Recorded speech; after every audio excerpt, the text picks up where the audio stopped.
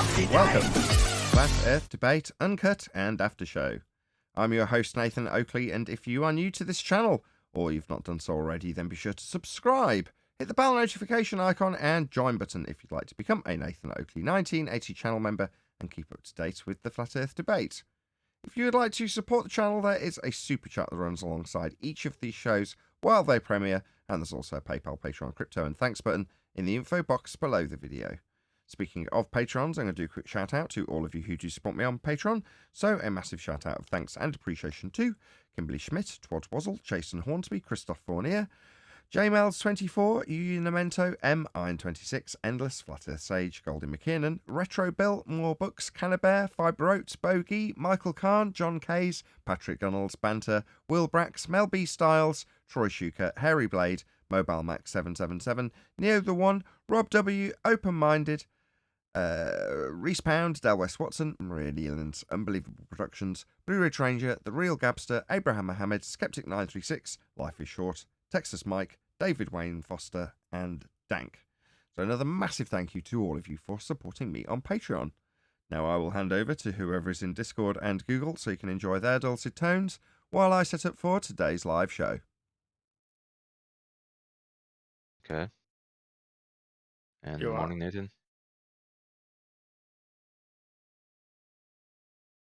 I'm more of a team deathmatch guy. All right. Isn't it crazy how every game though has the element of you be the creator, the editor?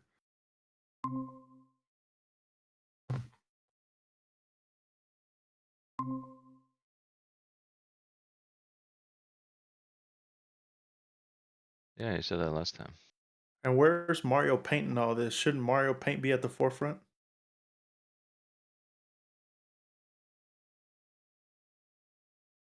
I don't know. It came earlier. That game was, I mean, that to me, that game was ahead of its time. Good morning. Good morning, 10th. I don't know if you guys remember, it came with a mouse pad.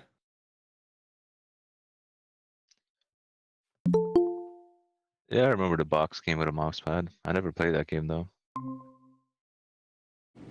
People still to this day, they go to the music editor and make modern day songs using this Mario sounds. And yeah, people to this day do that. That's crazy. Mic check, mic check. Gotcha. Hello, Neil.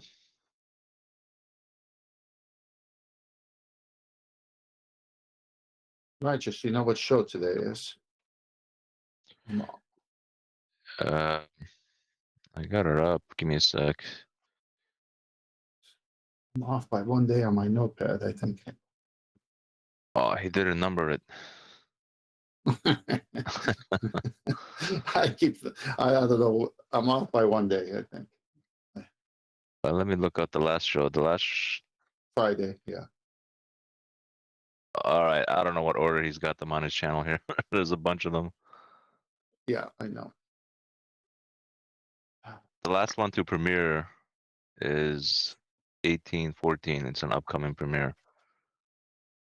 Hey, I got an idea. Why don't the Who host knows? of the show, Nathan Oakley, tell you what show it is? Well, He's it's- making that's tea and right. crumpets. Yeah, he will. I didn't know he was here. Pushing buttons, Ted. Yeah, on his coffee machine. He keeps thinking we're referencing computer work. No, if he was making coffee, you'd hear the counter being beat up. You know, that's the coffee beans getting smacked. They go Yo, I from saw a video. they go from egg shake to flat. I saw a video on Nice. TikTok. This girl, they were at a diner, and the woman pointed to a portrait of the Beatles. It was four Englishmen, you know, with the haircuts, and they Mhm. pointed to it. They told a child. They said, "Hey, do you know who that is?" And she said Harry Potter, and they ridiculed her. And I was like, "Hey, man, that's pretty close." The child doesn't know who the Beatles are, you know, and she said Harry Potter. I thought that was pretty close. Not yet, but they will. Well, My kids found the Beatles at their own. Well, that was because of that game. Remember that video game, the Guitar Hero. When that Yeah, came but- out, my kids learned about the Beatles. The parents shouldn't let that bug them. It's crazy how they ridicule a Why lot of did I know kids that on was TikTok coming? for they don't know what rotary phones are, and they try to get them to insert a cassette into a VHS, and they Yeah. get ridiculed. I'm like, what the hell? I bet they were reeling. Nathan, what show is it? 1815. Yeah, 1815. 1815 Today show. So that I've left the last few unlabeled because I wasn't sure because there was one day where it had two numbers. The Friday is 1814, obviously. Also, if there's a chance during the live show for me to plug my latest video, and if there's not, we can do it like another time. So, because I don't want to interrupt the conversation if it's going good and so forth. Hey, what's your Arwen YouTube channel? had- Go ahead and plug it here. Um, I can just plug it quickly. I'll just say, yeah, I did a video on biblical cosmology, and I looked at Rakia and Raka, and it's on my channel, Righteous Force, and I just basically point out that what people are doing there is called an etymological fallacy, and then I look into scripture further to see if the Lord does connect Raka and Rakia, and you guys can watch the video to see the rest to see what turns up. Speaking And of that's that. videos, sorry. It's all right. Go on, 10th. Speaking of videos, I got a short day on Mondays, Nathan. I think Arwen said he had a possible review video for you, but I'm not aware of what it is. Okay. But that's it. Oh yeah, to further plug my video, Nathan made 2 comments in my comments, so I'll just use that as a further plug. So if you want to see what Nathan wrote under the videos, you guys can go there, and yeah. I'll leave it Whoa at there, you got star power. that. Is that star power he has? Is it inside the dome? Attached to the dome? How does it go? I made Nathan came. He made two comments, and one of them was requiring a container, and one of my replies was something came to my notice recently was when the Lord through Moses parted the Red Sea. We're told in Exodus 15 that the waters were like upright as heaps and congealed. Now some translations say made firm or made strong. So it could be that they froze, and if they froze, maybe one could make an argument that the waters above are frozen and that's how it's contained. But I need to look at more supporting scriptures before I comment more on that. So just something that came to my attention was that the waters were congealed, and I thought that was interesting because that acted as a container for the Red Sea to be parted and for them to cross over. I didn't know that before. So, anyways, yeah, there's that. And I thought that was pretty interesting. You didn't have a Monday show, right, Nathan, last week? I can't remember. See, I'm showing Friday the 20th as 1809. Is that correct? I don't know. Because then I've got Tuesday as the next show, and I labeled it 1811, but I have no Monday reference for some reason. Okay, I don't know why. Maybe the numbers have gone wrong. That's okay. There was a show every As long day as last today, week. as long as today is right, I could figure it out. It's just keep track of everything.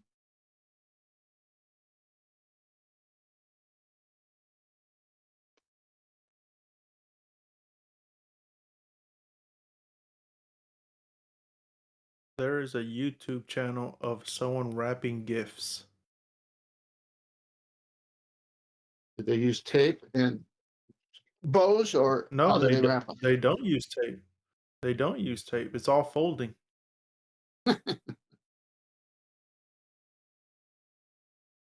Hey, 10th. Hey, humble. You made a very interesting statement about beetles, and I'll tell you the most embarrassing thing that happened to me. It's only been in the last 2 years that I appreciated their name was Beatles, B-E-A-T, a play on that word, because I've always thought in terms of a bug, because there were all these other names at that time that had to do with other things like that. But it was a very clever use, and I've never noticed that it was B-E-A-T, Beatles, that they sort of coined that name out of. The Beatles were very clever with that because there was Mercy Beat, the newspaper, and they named themselves the Beatles, which is very clever. Now they got headgear called Beats. Hey, Tenth, I That's, want to what's ask his you a name? question about something too. What'd you say about some pictures of Julian Assange one time the other day on the show? I was interested in that, but I couldn't find There was, anything on that. I think it was the latter part of the last 3 months of 2017, and I get confused. It could have been 2016, but I'm pretty sure it was 2017.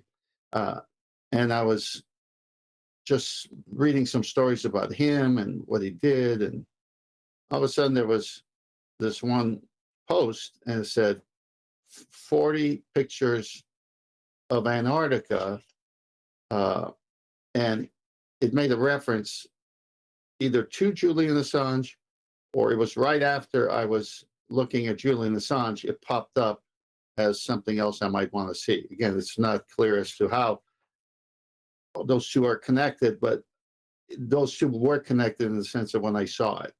And then I said, 40 pictures of man. What's that got to do with Julian Assange is what I said to myself.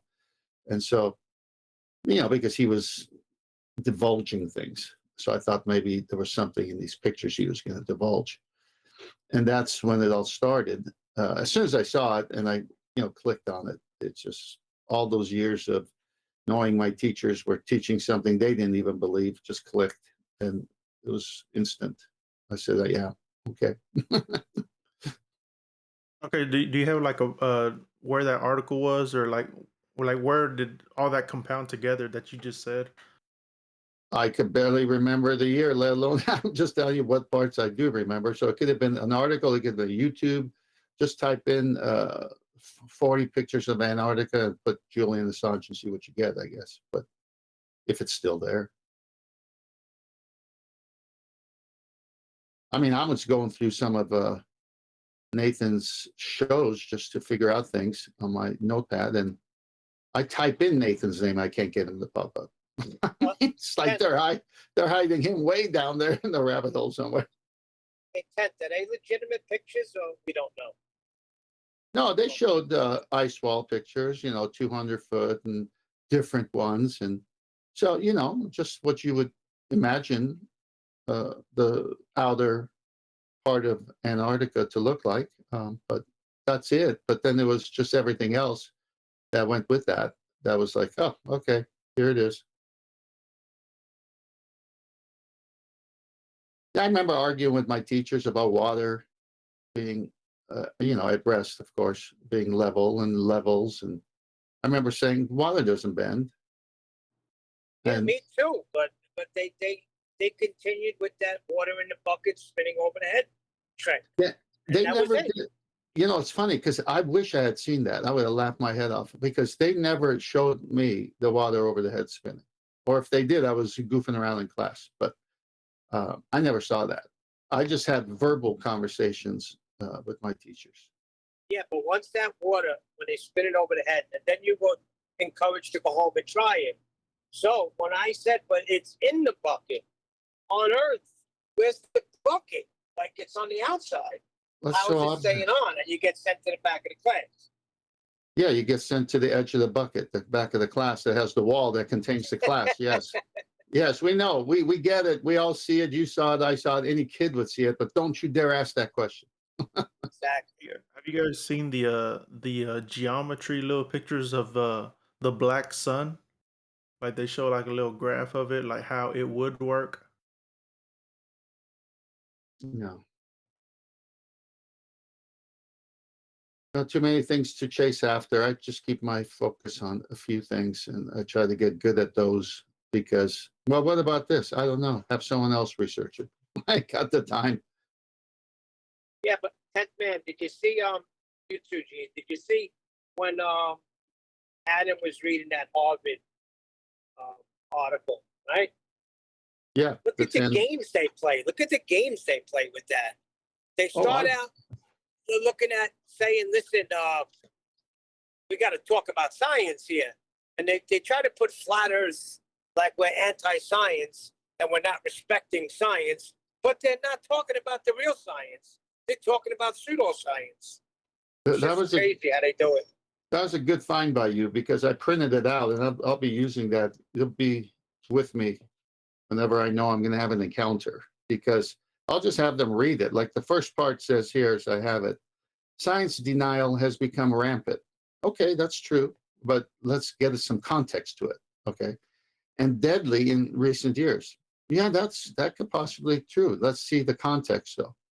Threatening individual health. Okay, now what context is that? Threatening individual health, become deadly in recent years, and it's the denial of science that's the cause of the deadly thing in recent years that has led to individual health and community well-being. The Project Veritas Just thing, the Project Veritas story about individual health. no. I'm just reading this article that Neil posted up about. So your student believes in that the Earth is flat. 10 ways for teachers to address science denial.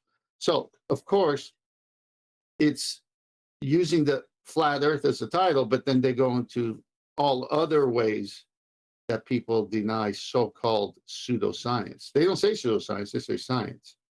Okay, and then the last part of that is and the life of the planet's environment. So they've pretty much thrown in global warming and the vaccine all in one, right here. And then you have, so I could show this to people that are against flat Earth, but know that this other stuff is crap. And they'll say, I say, what do you make of this? Without showing them the title of the article. They'll say, oh, that's just them trying to hide the fact they had no science and they locked down and did that, did this, did that. I go, what about this one about the life of the planet's environment? Oh, well, that's because they want to push global warming and charges carbon, credits and taxes and blah, blah, blah. I say, great. You know what the title of the article is? Hang on. Oh, the title of the article is so your students believe the Earth is flat, 10 ways teachers to address science denial. What? They're mixing that with that? I go, yeah, let's keep reading. It's a perfect article. Yeah. Exactly my point. And the thing is, how come this was from October 2022? So this is recent. So how come they're not talking about the elevation angle, the sextant, the black swan, the proofs that we have? How come they're not talking about gas pressure being uncontained? Nathan, No, they're talking Nathan. about the nonsense. Sorry, Nathan. Neil, please don't convolute that. They're not gonna. They're not going to talk about the very thing they're trying to keep you directly and give you the arguments for those things. They're not going to do that. They're going to do it with a title that says, so your student believes the Earth is flat. And then they're going to say, here's 10 ways for teachers to address science denial. So right away, the title is saying that if you believe the Earth is flat, you're denying science. And then the first thing they write is about health and the planet. And saying the people that deny that are also in the same group. Exactly. They did it. They did a good job doing that. No, they did a horrible job. Vaccinations.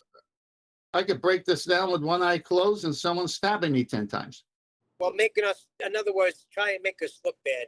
Because the casual reader's going to read it and go, yep, see, flat Earth is, they don't believe in science. The casual reader, the dumbed down sheep will read it and miss all the things that I will show with one eye blind and 10 stab wounds. Right.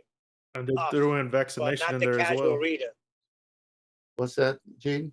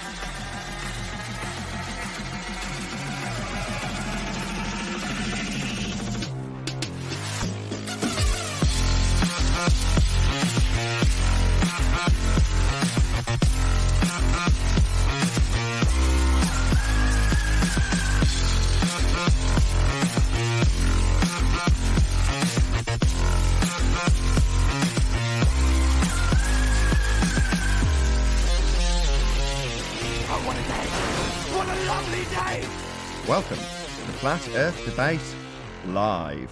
I'm your host Nathan Oakley, and if you are new to this channel, or you've not done so already, then be sure to subscribe, hit the bell notification icon and join button if you'd like to become a Nathan Oakley 1980 channel member and keep up to date with the Flat Earth Debate. If you would like to support the channel, there is a super chat that runs alongside each of these shows while they are live, and there's also a PayPal, Patreon, crypto and thanks button in the info box below the video. Most importantly, if you'd like to join the discussion, simply mute the page you are currently watching, then click the link in the info box below this video to join the panel and express your views on the nature of Earth. If you do join, please don't swear. If you do, you'll be ejected, and if you are, please don't try to rejoin the stream using sock accounts. You'll be warmly welcome back on the next stream. Please also share the show on social media.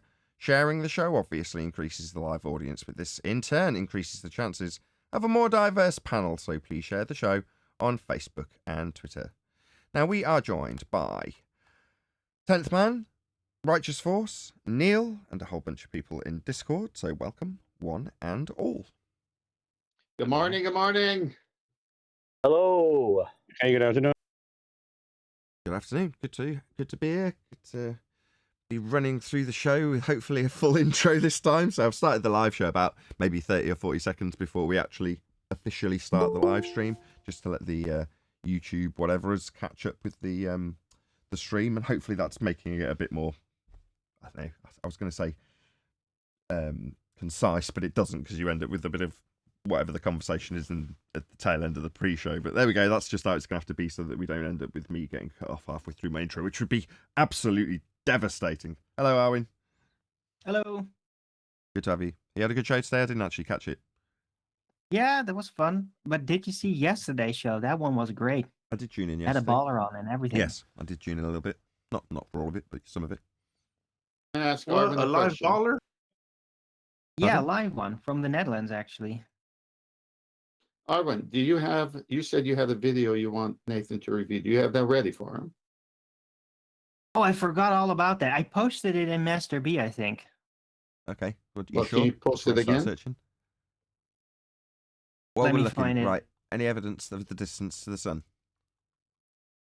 Negative. Well, this is a good time to ask the question. So, can you clarify that debate you had with Chronicles when he tried to ask you about the not actual size of the sun with this question as well, because they'll be related. Right, I reposted it in Master B. To be fair, I haven't actually watched it. I completely forgot about it. Well, then that's no good. No, I'll post you one. I'll post you one with Dr. Becky right now. I have a Fine. short day today. That's good. Okay. What was your question in regards to Earth Chronicles and the distance to the sun? All right, so I had a person contact me and saying, "Hey, how would you answer the not actual size of the sun, the apparent sun?" I said, "Well, first of all, we don't make any claims about the sun." And so I was thinking about our housekeeping question. I said, "I'll ask Nathan to summarize it, and I'll forward you what he says." So basically, the back and forth you had with Dave and Josh about the not actual size of the sun, as they tried to give you a straw man, how does that work on a flat Earth? And then the question how far the sun is and how they got that with Kepler and Venus and all that, R value. Okay. I mean, you've done a pretty good job of summarising it already, but we don't have a positive claim in the first instance. Their positive claim is that they do have a size and distance for the sun, which we do not claim. We can poo-poo any flat earthers who do make a claim by showing with celestial navigation how it's not possible to get a height of the sun. Meanwhile, in their model, their sun is always subject to celestial refraction. And therefore, unless it reaches the horizon, when suddenly it transitions to terrestrial refraction, but either way, refraction in both instances is applicable to the sun that you're measuring. Therefore, it's not the actual position of the sun. It's a hologrammatical position, if you want to call it something, because that's what they describe the Chicago skyline as when they describe it with the same language, which is to say that it's refracted. Well, if it's refracted, it's in a not actual position. So if they're asking us about the movement of the sun from its not actual position in respect to its angular size, well, what's angular size? Well, it's the apparent size that you see things. given that we don't make a claim about the sun and what it is, therefore can't be making an assertion about what it might do, physical or otherwise, because we're not making a claim about it, we revert back to the original positive purveyor of the claim, which is the globe-believing Muppet, who says that they know how big the sun is.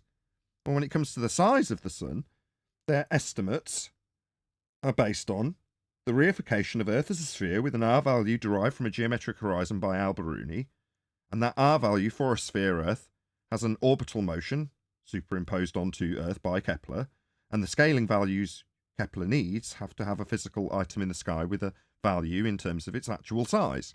Now that actual size is ascribed to Venus with the exact same R values been measured at the geometric horizon by Alberuni, so that you can scale these things and give you distances. That's how they get their distance to their sun. Right.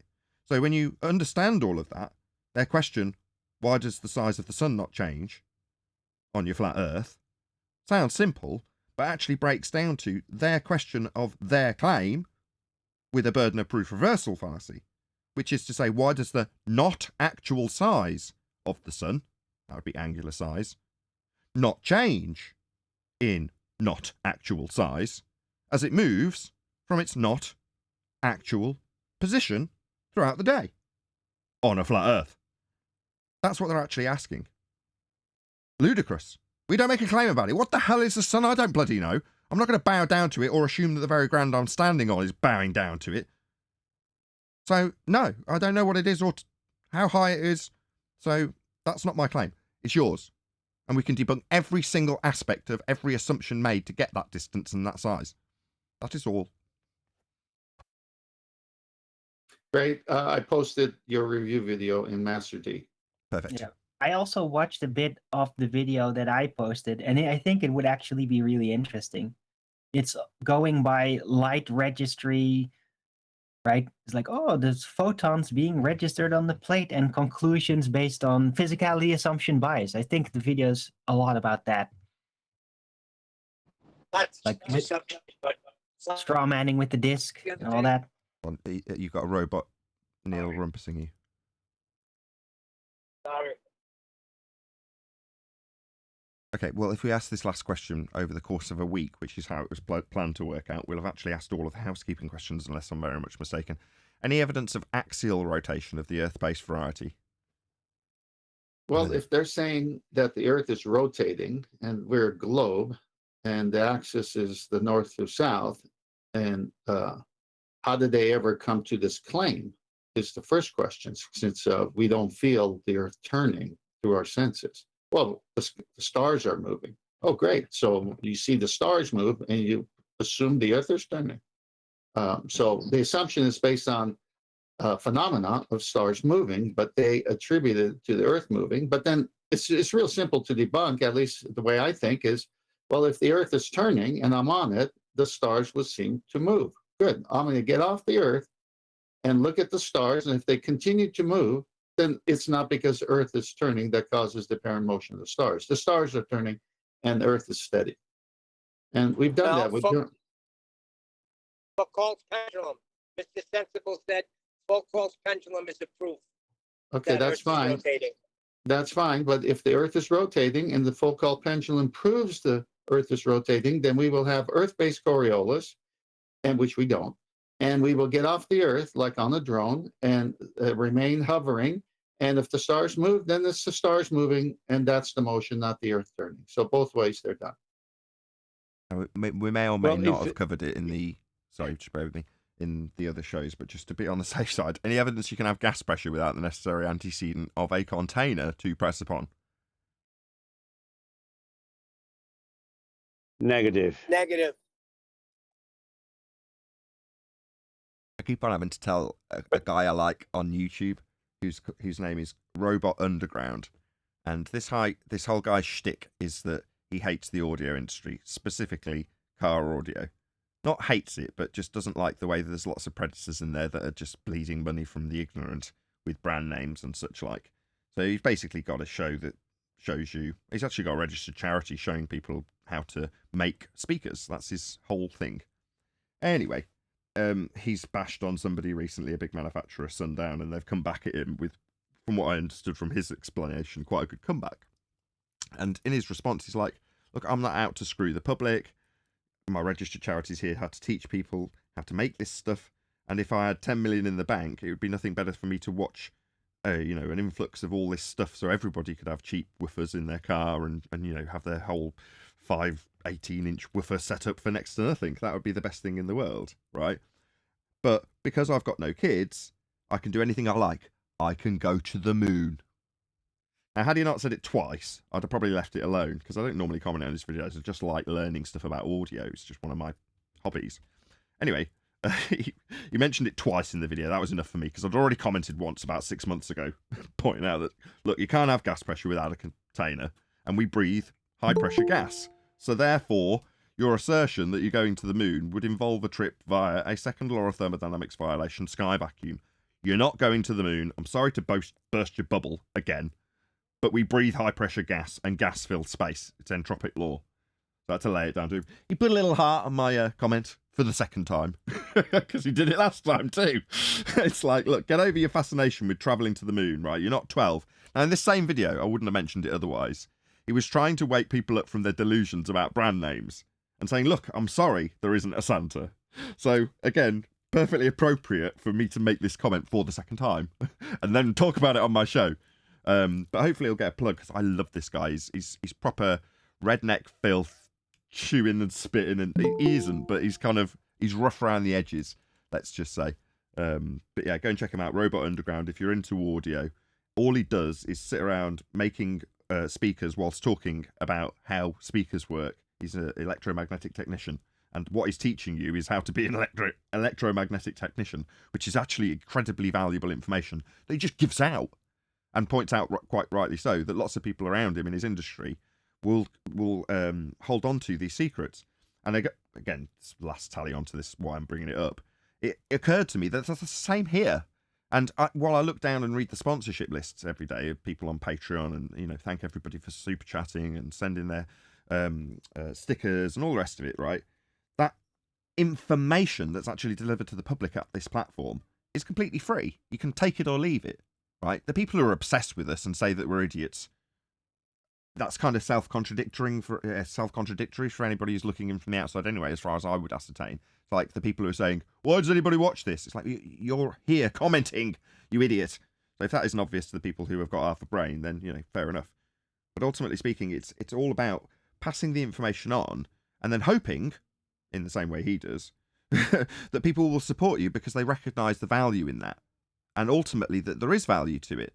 And there's the detractors out there telling you not to ascribe actual monetary value to the information. Now, I'm not saying that I'm selling something that could turn you into a millionaire, but it's something that mentally can set you free in the truest, most Matrix-like context. So from that position, smash the super chat. And a big shout out to Robot Underground, as we align in this regard. Other than the moon, you're not going. Just accept it. Anyway, was there any remarks on that? If not, we'll go on to this video. Yeah, the reason Santa is not going to the moon is because there's a clause in his contract. Boom, boom. Oh, that was a good one. Right, okay, so this is how big is the entire universe? And it's on, whose channel is this? Oh, it's Dr. Becky's Dr. channel. Becky. Okay, so let's just get a link up before we do anything else. Why isn't it clicking the share button? There it is. So go and check this out. Under no circumstances, leave her hate. Send her love. Send her positivity. And when you do so, tell her that it's me that told you to do so. So Nathan Oakley 1980 channel sends you his love and appreciation for all your valuable content that you provide. And he's responded to it. So that's what we're getting into now. If I think my mouse battery's running out because it doesn't seem to be responding to me. Anyway, we'll hopefully not have a mouse-related disaster, and we'll crack on and go through this video. So feel free in the Discord server, and obviously in the G+ panel, I don't need to encourage them, to pipe up if you have any comments. Astrophysicist, there's a question What's the I video get asked. called? Good, well done. How big is the entire universe, capitalised question mark, by Dr. Becky? A lot. And it's how big is the entire universe? Just before she moves on, I'm going to clarify the answer to that question immediately. She has no idea. All of her assumptions will be based on an R value that we've debunked. And the short answer to that question is we don't know. Called it. But you'll be able to ascribe distances and have, based on CMB, microwave background radiation, R values, orbital assumptions, and a whole number of other things that do give you numbers. So putting up this, we don't know, but now let me tell you how I know because I'm going to assume R. And under the laws of physics as we currently understand them, we might... Sorry, laws of physics. That's an oxymoron. If you're talking about physics, the study of the physical, then you're exclusively dealing with cause and effect relationships established by the scientific method. That's physics in all walks of physics and all subcategories of science. Because that's all science is, physics, dealing with the physical. The laws of physics is a way that they underhandedly convolute laws of nature, which are merely descriptions of things that occur always, with scientific validation. That's scientifically validated cause and effect reasonings with hypothesis attached. That is not a law of science. There's a law of nature, description of thing that occurs always, and empiricism provided by the scientific method after systematic experimentation based on a hypothesis to establish the cause of an effect you observed in nature. Those two things are very different. She's blurring the lines intentionally because what she actually has is pseudoscience descriptions. But if she can make you think that, quote, laws of science are the same as laws of nature that are just descriptions, then she can call her descriptions of lights in the sky, or in this case the size of the universe, science. They're not. Might never... Go on. So she's actually lying because there is no laws of physics. Is that what you're saying? The That was the physical is term. the physical. Laws of physics describe things that occur always. For example, the second law of thermodynamics, entropy, right? That's not explaining why entropy occurs. It's merely describing what entropy is. That's a law of nature. Okay? Not a law of physics. Got it. They do this to grease the skids. That's all it is. never know how big is the biggest thing there is. Having said that, you might have seen some numbers knocking around. See, here we go immediately. I've called it, and within my breath, she's immediately saying, while I've just said we categorically do not know and put it up in bold, capitalised type on screen, you may have heard some numbers bashing about, and let me lay those out for you based on heliocentric presuppositions of orbits and R. You watch. In answer to how big is the universe, from 28 billion light years across to Where did they just pull this out their ass? 93 billion light years across, and that it's infinite. So in this video, I'm going to... Infinite only exists in maths, so that rules out that. The others, both, contain R-based descriptions of values for distances. That would be quote-unquote light years. So within, again, a single breath, she's done precisely what I said she would do, which is beg the question of an R value. In this case, an Einsteinian light year, 1 AU. Where do you think you got that from? Yeah, shocking, innit? Exactly what I described. Kepler's third law of interplanetary motion and an R-based value ascribed to Venus based on the R-based value that's come from a geometric horizon but measured by Al-Biruni at a point that he can no longer see according to the current fundamentalist religious zealots who defend the Black Swan as being refracted. That's where it came from. That's where you got your light years from. So all three of her descriptions have already assumed everything I've just described before she even did it. explain where do these first two numbers come from? R. Kepler. Christian Huygens. What do they actually represent? And They represent a fundamentalist religious zealot belief that we're on a sphere moving around the sun. It's called heliocentrism. then also explain why saying that the universe is infinite is Nonsense, because it's a description that can only exist in maths. also incorrect. I already did it for you.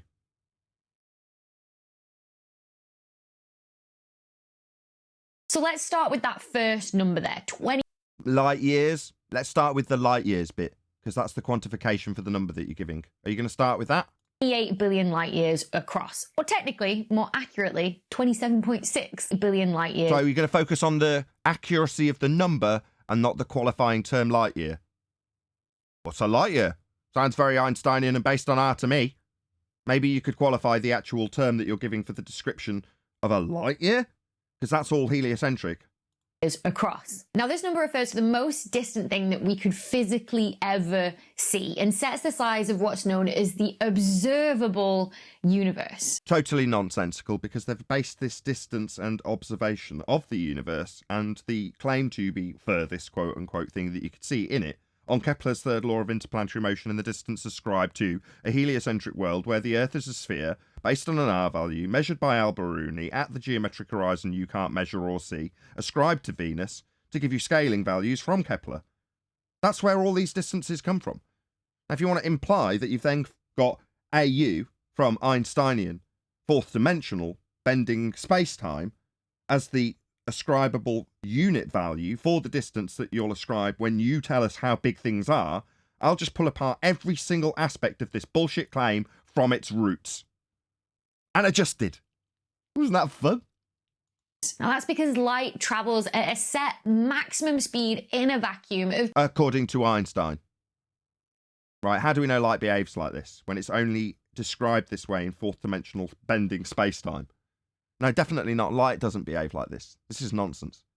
299,792,458 meters per second. No.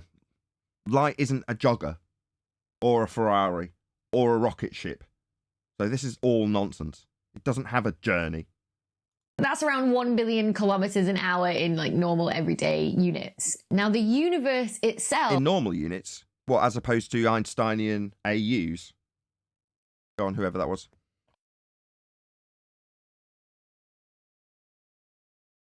Nope, nobody's admitting to it. Pop yourself on mute if you can, if you're on Discord. Is only 30. Go on. Well, sorry. Hey, Nathan. Hey, everyone. Yeah, I hope she doesn't start talking about a force of gravity, considering she's talking about light speed. I don't know if she will in this video. It doesn't sound like it's going there. Maybe she'll double speak in gravitational terms, but we'll see. Why do you sniff out that there's going to be a path to forces of gravity in this distance to the size of the universe claim? I don't see it. Or I don't see it coming. You know the way, yeah, I don't know. You know the way they always tend to not stick to their story and switcheroo into some other thing that is not part of their model anymore. You know the way they tend to do that. You know, she's talking about light distances based on light speed, right? And Einstein's relativity is all confined by that speed. But then they will go and talk about a force of gravity that has no confining speed, that's completely instantaneous. Well, we'll see. I mean, I've got to be honest. If it comes up in that manner, I'll immediately pass credit to you because I don't see that coming. But we'll see. Maybe it'll be on the agenda for Dr. Becky. 18.8 billion years old, which means that the maximum distance that any light from an object could have travelled in... If you assume light's got a travelling distance, and it's like a jogger moving along a road, and you can track it in terms of time, obviously this gives them the ability to look back in time, and that's precisely what they're asserting, that your little telescope you look into the sky with is actually a bloody time machine. That time is the distance that light travels in 13.8. No. See, that's also incorrect. So there you go, Brian. I don't know if you want to latch onto that. No, time is the fourth dimension in Einstein's concept. Right? Well, she's described it as a distance. Well, no, because the distance would be through the first, second, and third dimension when you drew a plot, not the time. Right? But she's giving it as a distance. But a distance would have to be measured, Nathan. There is no measurement of the two-way speed of light calculation. That's why it's called a calculation. Also known as Einstein's convention, because he went along with it, even though he knew it wasn't the measurement. He admitted going along with it for his general relativity, and E equals mc squared. Perfect. Exactly what I wanted you to add. Just to jump on just one bit, because Brian's things like this that gall me. People ask me questions about my profession. I give them an answer, an honest answer. And if my profession was so perverted like that, this lady sat on YouTube telling people, painting a picture about what she thinks it's understood, all validated like that. and then you listen to Brian's breakdown. How do these guys, how do they sleep at night? But how do they reconcile it even in their own heads? What's the truth? She's just gone through a great bit about speed of light, blah, blah, blah, blah. Fundamentally, she knows that number's just hocus pocus. Because Brian's like, how do they reconcile it in their own heads? Or can they not? Do you know what I mean? Do they have to just go and do YouTube videos explaining the bullshit that they don't believe themselves to us just to kind of ease the cog this? So professionally, I couldn't behave like that. Hold on. Got an email from Dr. Becky. She says she's listening. She says, in respect to Adam's question, flat earthers are stupid. All right. Okay. That was a fairly concise reply. Concise. Sorry for going off on. Just professionally, you know, when you look at stuff, you have pride in your own profession, what it stands for, the knowledge you have. Now you can stand there and just flim-flam, say one thing with one thing, knowing fundamentally deep down that the calculation you've just done is based in, as I said, a lie, a bit of collusion that Einstein wanted so he could move forwards, knowing it's wrong. I don't know if anyone's picked up on this already, but Sensual Goat has gifted 5 memberships. So if you wanted a free membership, now's the time to grab it. I'm not exactly sure how you redeem them. But thank you very much indeed, Sensual Goat, for gifting those memberships out. Really appreciate it. 10th man, go get it, 10th man. These are members of the... Okay, let's move on. He says. Hey, John. Is Dr. Becky sending Hey, how super you doing? chats? Good. Say again, Jardo.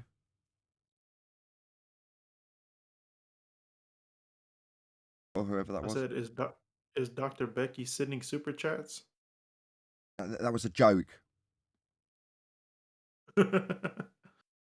Now, if we handily define a unit called the light year, Handily? I was there way before you, weren't I, love? So was Brian. being the distance that light travels in a year, it's around about 9.5 trillion kilometers, then the maximum distance that we can... So if we just assume this non-measured convention, then we can say how big it is. Notice how she rushed past that quite quickly. Now, we gave tremendous detail to that little nutshell that you just put up a picture for. Right, Becky? No, not going to detail that bit that we covered? Obviously, it's the dumb flat earthers that go into the detail when it comes to your nonsense. Actually see anything out to that light has had enough time to travel to us from... Yeah, light doesn't behave that way. It only behaves that way in your convention that you didn't give any detail for. Obviously, in giving the detail, we pulled it apart. ...is 13.8 billion... Total nonsense. ...light years. Yeah, there it is. Light years. No, afraid not, love. No, we can debunk every single aspect of that heliocentric assumption. That's only in one direction, though, from like our vantage point here on here we Earth. go, Brian. We can see 13.8 billion light years in any direction. Oh, no, I thought she was going to go on to the two-way speed of light. But no, she's just saying that from the central point... Hang on a second. This diagrammatical representation implies that we're the centre of the universe, Becky. I wonder where this is going to go. Oh, no, she's got the CERN with the markers for the outside bit. Why would it be that you're measuring the distance to the outside edge of the universe from the sun? And then there's a little globe somewhere here. Wouldn't you be measuring it from here? Am I missing something here, anybody? Gentlemen? Well, maybe they're using the R value of a globe that they don't live on. And No, you've not picked up what I'm putting down. Right, at some point, when they measured the CMB, they came to the awful conclusion that by their measurements and observations, we were the centre of the universe. And they obviously had to debate this fact of what they observed.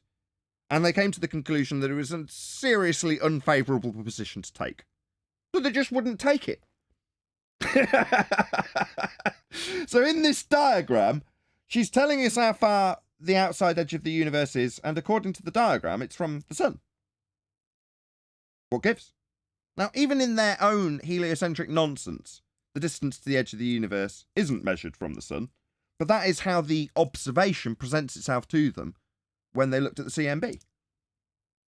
So this is how we get it diagrammed. Who measured it from the sun? Just lies. They're just deceiving you. The awful truth that this measurement implies we are the centre of the universe is just diagrammatically altered by some liar. Right? None of this makes sense based on a given explanation up until now, because they're based on the observations looked at through telescopes. Are any of them done on the sun? No. Well, the heliocentrists will simply lie to your face with this diagram to get around the awful truth that these observations lead you to the assertion, heliocentric or otherwise, that you're at the centre of it all. That's what it leads you to. So what do? Well, just stick it on the sun. Even though in their world of galaxies, even that isn't the centre of their 13.8 billion light year universe. That's just not the case either. It's just the mathematical derivation from us measuring the CMB in their based heliocentric world, I might add. Ed, whoever that was? Sorry, that was me. That was my fault. Yeah, the sun is the center for them, heliocentric. So everything is measured from their center, which is not where they live, which is a place that no one can go to. That's their center. So yeah, for them, that is the center, or it will do as a center, because they're certainly not going to put out as the center. That would go completely against their religious belief. But it fundamentally mismatches what they're describing when they make the observations. Anyway. So, the total diameter of the observable universe is 27.6 billion light years, which is often rounded up to 28 billion totally light years across. So if that's the first... Anyway, so yeah, their light years assumption we've debunked, so we've covered the first part of this. I don't know if there's going to be much more to add to that, because that's all there is to it.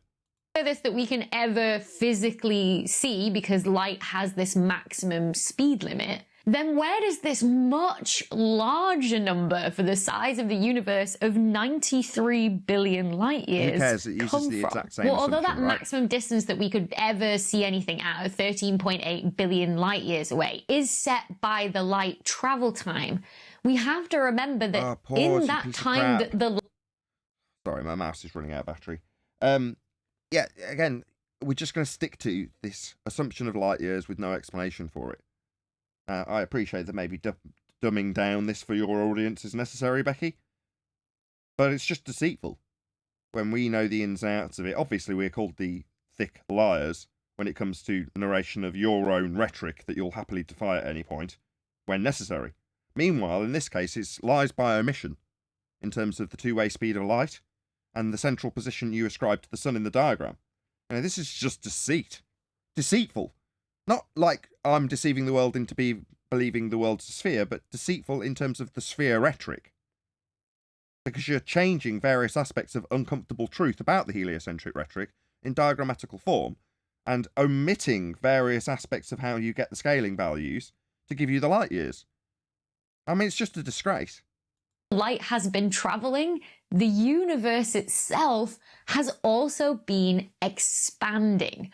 Says who? I mean, this is just their nonsense that they make up again. According to their Big Bang rhetoric, which is the first law of thermodynamics violation. Not a law of physics, a law of nature. Moving apart us here on Earth and any object that emitted that light. It's this expansion that actually allows us to work out how much the light has been redshifted by to, these longer wavelengths by the expansion, and therefore how long the light has been traveling for, and then get... No, you're going to base all of that on scaling values that are derived from an R value in Kepler's third law of interplanetary motion. You're looking at the CMB from a central position. In terms of how you've already misrepresented that diagrammatically, none of this is forgivable. At a distance. So when we measure the redshift, we can then get at a distance. But when we do that, we're measuring the distance between us here on Earth and where the object is used what's occurring with the light. Right? That's an assumption. That's how you assume it behaves when you describe redshift for the reasons that would be ascribable if it was moving. You don't know that's the case, though. That may be what it looks like. That doesn't mean it's what it's doing, just because you've ascribed it as being that way. This Doppler redshift, yeah, that's how you describe it to put you at a central point in the universe. Not that you've disclaimed that. You've hidden it in your diagram. to be when the... Go ahead. Sorry, they need to explain why the sun is red in the evening time. That's where redshift actually comes from. They needed to be able to explain why you see a red sun or red on the horizon in the evening time. So redshift comes from there. But they also talk about blue shift, which is when supposedly stars are coming towards you, right?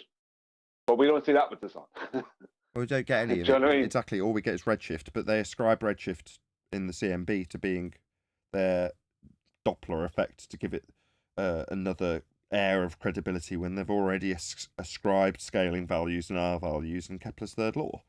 So you're like well down the begging the question rabbit hole by the time you get to this point with the CMB.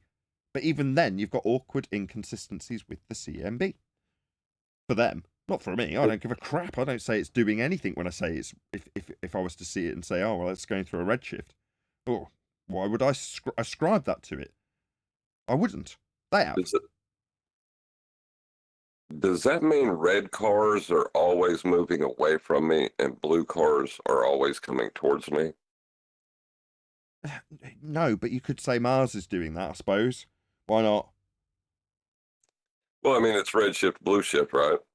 So I see a red car, it's going away. I see a blue car, it's coming towards me. That seems reasonable from what she's just described. It only seems reasonable for her after all of the heliocentric assumptions with R. Before that, it just seems like nonsense. But up until the point that you've already begged the question of all the things in the heliocentric model, at that point, with Light having a journey and the scales that they put, then yeah, you can make it all work with her description of redshift, as opposed to just, well, that's a red car. Because you've already got stuff expanding out, you know, the idea of things coming from a big bang. These are all well and truly foundational to the argument, well, not the argument, the descriptions that she's laying out, her bullshit story. Any more? Well, I see your point, John, and how you doing, brother? But you know, it was told to me that it's not actually a red or blue light that you're seeing. Even so, I don't even know. That's what I was told. That's not what I researched, by the way. People out there. The light was emitted, and not where that object is now, billions of years later. Because you've basically got a light time machine. No, you haven't. After all of that expansion. But knowing how far away that object was and knowing the rate of expansion, having measured it, allows... What? Measured it? No, you haven't. Quite the contrary. You've made a lot of heliocentric assertions, including light speed. That's not a measurement. Us to correct that number for the expansion. So, for example... Correct it? I thought you just said you measured it. There'd be no correction if you measured it. Immediately double speaking. That's what I was going to say. If you measured it, then you don't need to correct it. He hasn't measured it. Generosity just... Hey, Chocolate. Confirm the distance to the most distant galaxy known, GSZ 13, the light from which has been redshifted by a factor of 13.2. That means the light from that galaxy that we're only just detecting now has... Yeah, so according to her, they're seeing stuff from the past. We've covered this. I mean, we've just taken apart the redshift. Now she's just going through it without any peppering of detail for where they get the actual scaling values from. But there we go. She's saying it's a measurement, though. Again, that's deceitful. Would you agree, Adam? I suppose you can measure the redshift. So it is by definition a measurement, but it's the implication that measuring of the redshift implies distance and time. That's where it becomes false to me. You can measure things, but if you're not measuring... If what you're measuring is not what you're claiming the actuality is, then that's the disconnect there. That the amount of redshift means how far in time it is. That's the disconnect. That's the false claim to me on that one. Sure, and in conversation, if she was the rumpus, you might get that under the radar and therefore get away with it. But in a video titled, How Big is the Entire Universe? I don't think she should get away with that, even though she said we don't know in bold type. she's now going on to saying, well, there's a load of numbers flying about, here they are. Like, well, when you say the word measurement in a video titled How Big is the Entire Universe, and it's your implied measurement after the fact, when you ascribe a load of assertions that have got assumptions in them, that doesn't get her a pass as far as I'm concerned. There's never enough disclaimers for that. It's just deceit. Not measuring this distance. And that's what the video is about. He's been traveling through the universe. Exactly. You're measuring the amount of redshift. Right. That's all you're doing. Yeah. And then you're saying that means that that's an intergalactic ruler. Right. If I say that the mice will eventually, some of them, like let's say I give it an arbitrary number, 1 in 10 will turn into He-Man mice or Incredible Hulk mice. And you go, all right, okay. You go, yeah. So what we're doing to monitor which ones potentially might turn into the He-Man mouse is monitoring their levels of testosterone. And you can see in these 3 potential test subjects that their levels of testosterone have raised greatly. And that's when we've measured it. You go, right, but you're telling me this, and the reason you're telling me this is because you're explaining how we will get He-Man mice. Yeah, we're measuring the levels of testosterone. We've measured it. Yeah, but you're implying that that's measurements of He-Man mice, not measurements of testosterone, as opposed to, or juxtaposed with, no, comparatively the same as, that's the one, saying, well, we've measured redshift, and therefore I've said measured, and we're talking about how big the universe is, which is the end result of all these numbers. I mean, there's going to be an equal sign and a number at the end for the size of the universe. And somewhere along the way, there's been a measurement, right? It's just deceit. For 13.48 billion years. And so we're seeing that galaxy as it looked 13.48 billion. Bloody Einstein, convoluting distance with time. When time with distance included is quantifiable in Euclidean 3 dimensions, right? But now we've got a convoluted 4th dimensional time dimension to describe things in distance with light as a year. So she's giving you a measurement, not in inches or feet, but in light years. So it's just a gaggle screw of nonsense in 4th dimensional Einstein reification. Years ago in the early days of the universe. So we could say that the galaxy GSZ13 was 13.48 billion light years away. At this point, when she says that, we could say how far away it is. What I want to do is cut in the original screen in massive black bold type. We don't know! Yeah, you don't know any of this, do you? By your own admission, this is all nonsense. Isn't it, Becky? Because you don't know. And all of the numbers that you've come up with as vague, general, maybe it might be this ideas, we can debunk. We can pull apart every single assumption in them. When the light was emitted. But to know the distance to that same galaxy now, we need to correct for the expansion. And working that out for... You're not going to see galaxies from years ago. Telescopes aren't time machines, and distance is not to be convoluted with a measurement in terms of light. Because it's a 4th dimension in an Einsteinian reification. Now, light isn't a path. It's not a dimension either. For this galaxy, you get 33.3 billion light years away. Now, we call this the co-moving distance as opposed to the look-back distance, the distance you calculate from the look-back time, i.e. the light travel time. So you'd have to know how far it travelled in the distance, right, in a Euclidean time-based qualification, but it's going to be travelling through a 4th dimensional time-based dimension. So they just convolute 2 different types of time. Distance versus time in Euclidean versus 4th dimensional time in Einsteinian. Now, most people won't understand this, so it just goes over the head of most people. All right, but they know the time and they know the distance, therefore we can tell it and qualify it, and they've measured it. In light years. With a telescope. What about a frickin' tape measure?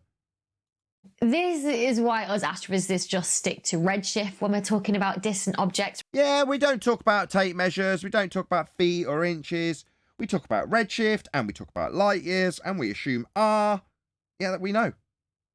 right? It's just one number that you have to quote and there's no confusion. Plus, that translation of redshift to look back distance or co-moving distance changes depending on what rate of expansion that you measure, and there's lots of different experiments giving us different rates. Oh, really? There's experiments for expansion? Au contraire. That's a lie. There are no experiments. But earlier, when I said that she would grease the skids for her, what was it? Laws of physics. Now, what is she specifically doing? Describing something she's looked at. And she's calling it an experiment.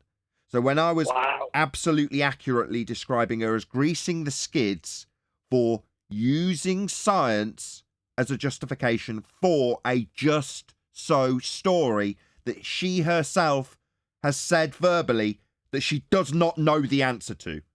But now she's got an experiment to validate these numbers that are, quote, knocking around. Yeah? But she hasn't got an experiment. She's a liar. There is no cause and effect reasoning being established through systematic experimentation based on a hypothesis for this natural phenomena. She's describing with conventions and reifications of time travel and light years in fourth dimensions. You got an experiment for that, have you, love? I don't think so. You think you can vary and manipulate that which takes place in a fourth dimensional Einsteinian concept? Definitely not, love. You don't know what an experiment is, or you're just a deceitful cow, lying to everybody in the world about this heliocentric deception, so you can convince people that we've got distances based on fourth dimensional time qualifications with the two-way speed of light. Outrageous lie. You haven't got an experiment, love. Maybe she's about to drop the viable hypothesis on us, man. You never know. I'm waiting. Yeah, right. Hold on. She may just not know what these words mean, and we're being, accusing her of deceit, but she just doesn't understand. I don't think she knows what these words mean, and I think her saying them without context or understanding proves it. She don't know what experiment means, John. Really? Absolutely. That's the point of indoctrination, because there are words that are defined, and then when you go to school and they say, well, you can think of things like this. That's the beginning of the indoctrination, because now words that mean things are just words that mean whatever you want them to mean. So John could be right. He could be. Okay, so there's 122 people watching. Woohoo! Which is great. Got a quarter of an hour left on the show, so please smash the share button. We can get up to 150 people watching. We'll extend the live show and hopefully cover the end of this Becky video, which we may not get to before the end of the usual allotted hour for the Flat Earth Debate live section of the show. So please share the show. It'd be great to get up to the numbers that we were experiencing before COVID, and we're getting pretty close, so I'm really appreciative to all the people who have shared the show. Anyway, let's move on. Please share the show. Of expansion as well. I've talked about this a lot on this channel before. It's known as the crisis in cosmology. I'll leave a few links in the video description down below if you're interested. Sorry, crisis in cosmology. Wow, this sounds like empirical proof of something. Ugh. Interested in hearing more about that. More about a crisis? When you've just used the word experiment. No, we were waiting for a viable independent variable. Not a link to a video about crisis. But just like for our galaxy GSZ13, we can work out the co-moving size of the observable universe. Work it out? I thought you were measuring it. I was like, gone out the window now that you're not talking about redshift. Its look-back size, or diameter, is based on an assumption that you're going to derive from redshift. I vote to extend the show, says Goldie. Thank you very much, Goldie. Really appreciate it. I agree, but Nathan, the crisis is in their cosmology, and it's flat Earth. Well, we're just the antidote to a heliocentric belief. The only problem that you have with our antidote is that it has mad side effects at a societal level. On Friday's show, I was almost making the false statement that, you're not going to be hated just because you realise that the world isn't how you've been presented it. Oh, well, that's not true, really, is it? You will become a pariah just for realizing the nature of the world. And there's a good chance that, you know, you might have been the person that's going to ridicule you, i.e. you're a version of that person when you were ridiculing some other flat earther. So there we go. 27.6 billion light years. But if you correct for the expansion of the universe, its co-moving diameter is 93 billion light years. Back to this diagram with the sun at the center and the earth underneath co-moving size, hidden from view. I mean, I didn't think they'd make it that easy for me to point out this awkward problem about the CMB. But diagrammatically, it's really obvious to anybody who's a heliocentrist watching. She's just lying to you. She's talked all about observations that we have made. Even called them measurements at one point. Did they take place from the sun? No, it's just diagrammatically awkward is all, to put Earth at the centre of all this.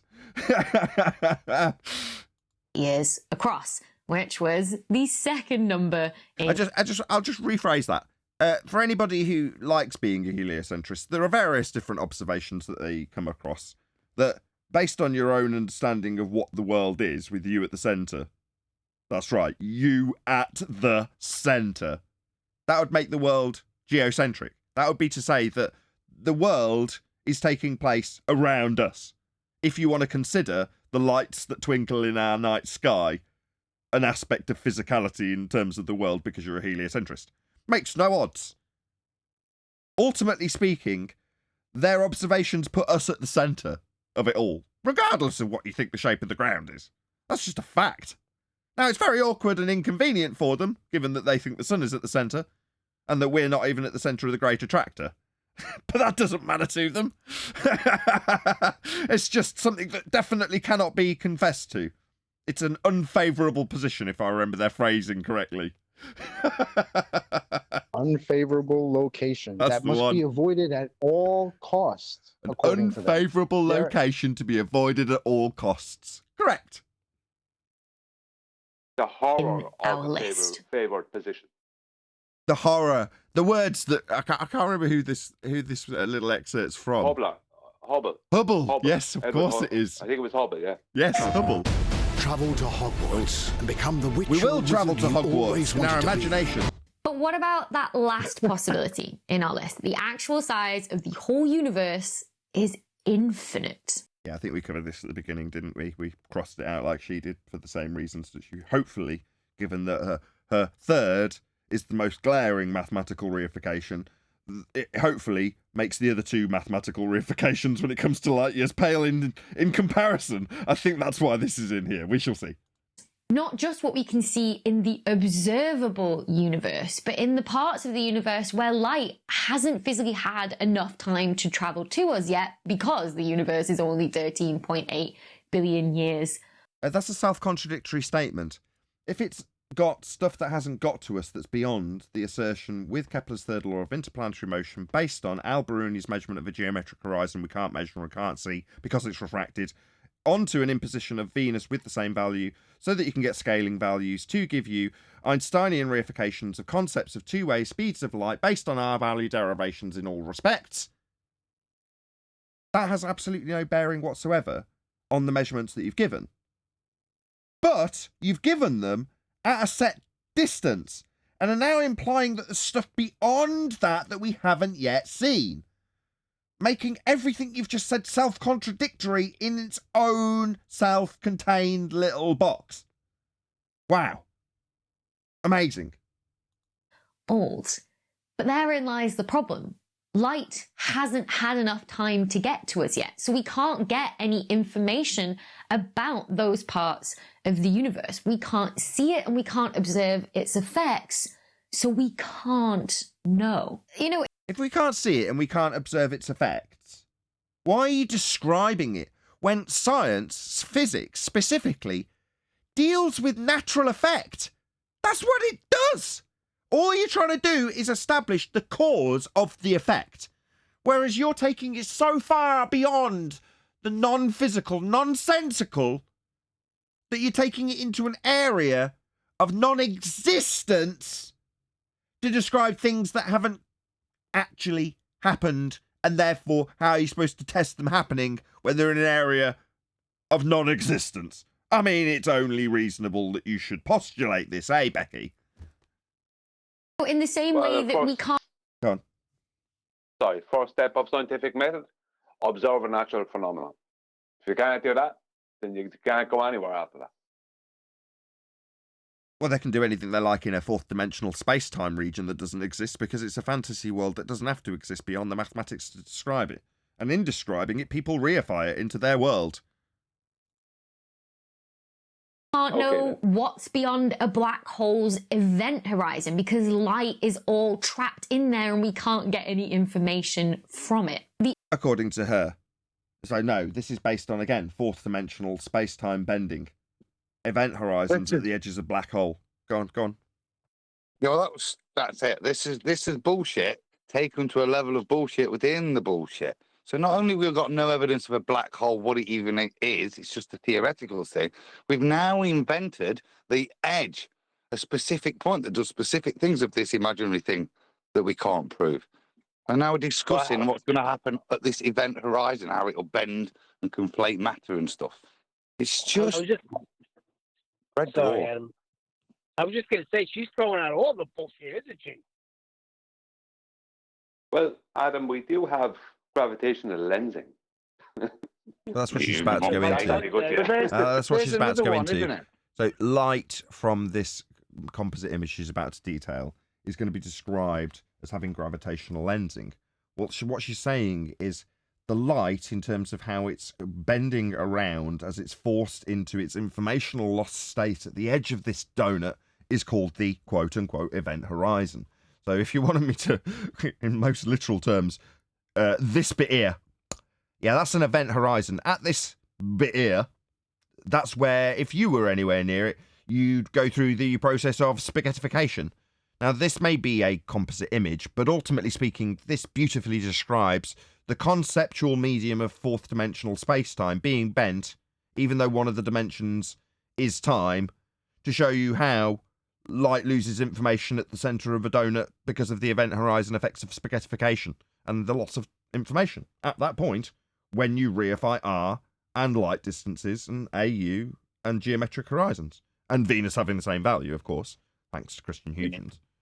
You nearly lost me there until you said spaghettification. Then it sounded like you were intellectual and knew what you was talking about and stuff that I didn't. So I started to believe you again. Brian mentioned the gravitational lensing.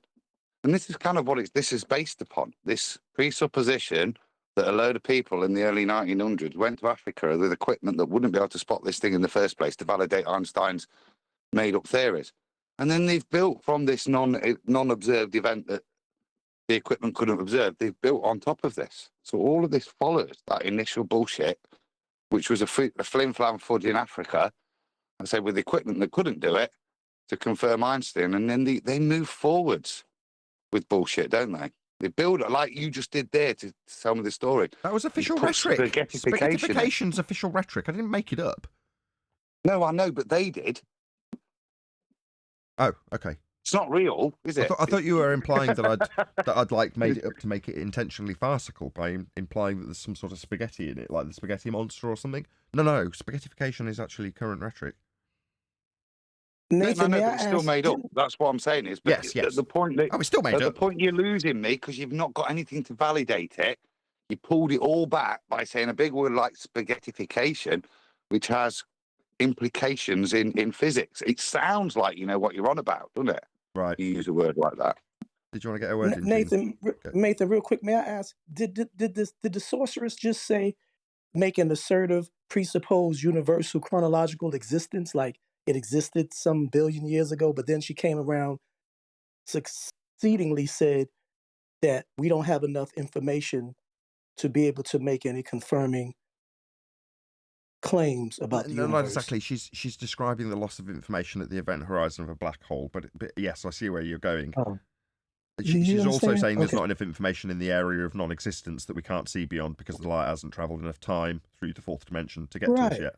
But then she can claim a number like 38 point something billion. Okay, I got you. All right. Indeed. With that, I'm going to say, if you are watching this on either Nathan Oakley 1980 or Nathan Oakley Premiering streams, then stay tuned, as there will be an after show to follow. Unfortunately, if you are watching this live, this is where we bid you farewell. So another massive thank you to all of you. Smashed the super chat, gifted memberships, liked, commented, shared, subscribed, joined as a member, and all that good stuff. I've been Nathan Oakley. Once again, stay tuned if you're watching on a Premiering stream, and I will see you all in the next video.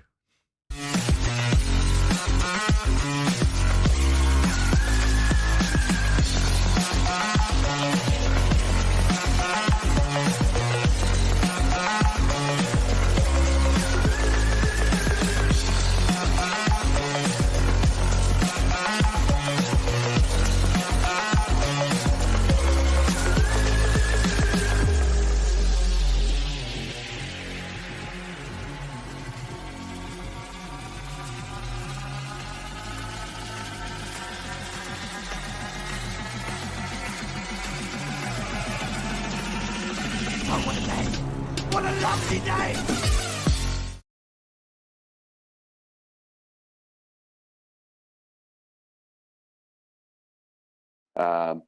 The Veritasium taking apart the two-way speed of light rubbish. It's actually an audio clip I think he posted in there. You talking to me? Well, Kiwi posted, I think, Veritasium taking apart the two-way speed of light. Oh, it's just... I think an audio gotcha. clip. The speed of light is exactly 299,792,458 meters per second. But hear me out. In this video, I will prove to you that light may never actually travel at this speed. And I can say that because no one has actually measured it. So this is Veritasium backing up everything that you've said. Yeah, Can I you won't play play the that rest part out just again? for the fear of copyright strikes. Just play but that again for all the Globers. You want to know what this rate actually is? A convention. It's known as the Einstein Synchronization Convention. Our inability to measure the one-way speed of light. Fatality. All your pseudoscientists have is the average two-way speed. But they make like and tell all their parishioners that they know the absolute value of C. They will never, ever validate the one-way speed of light. It's impossible to know. Forever illusory.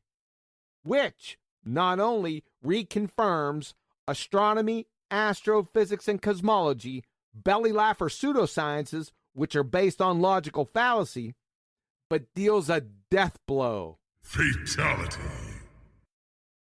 To any knucklehead claims concerning they know the distance or time to anything using the speed of light.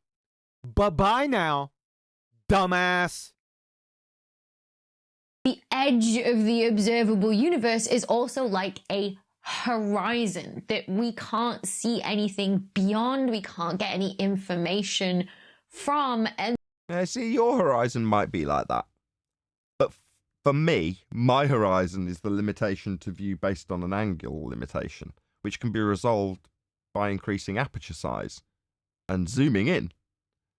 So, no, it might be somewhere that you lose things because they've gone over a physical geometric limitation at 1.2 times the square root of the observer's height in feet, as acquired by geometry in Al-Biruni's case after measuring a flat Earth. But that's not what a horizon is. We debunked that also. So even your description of what a horizon is wrong, because we can debunk it as a physical sphere edge, where you lose things permanently. Black Swan, my love. And therefore we can't put a Nathan, go on.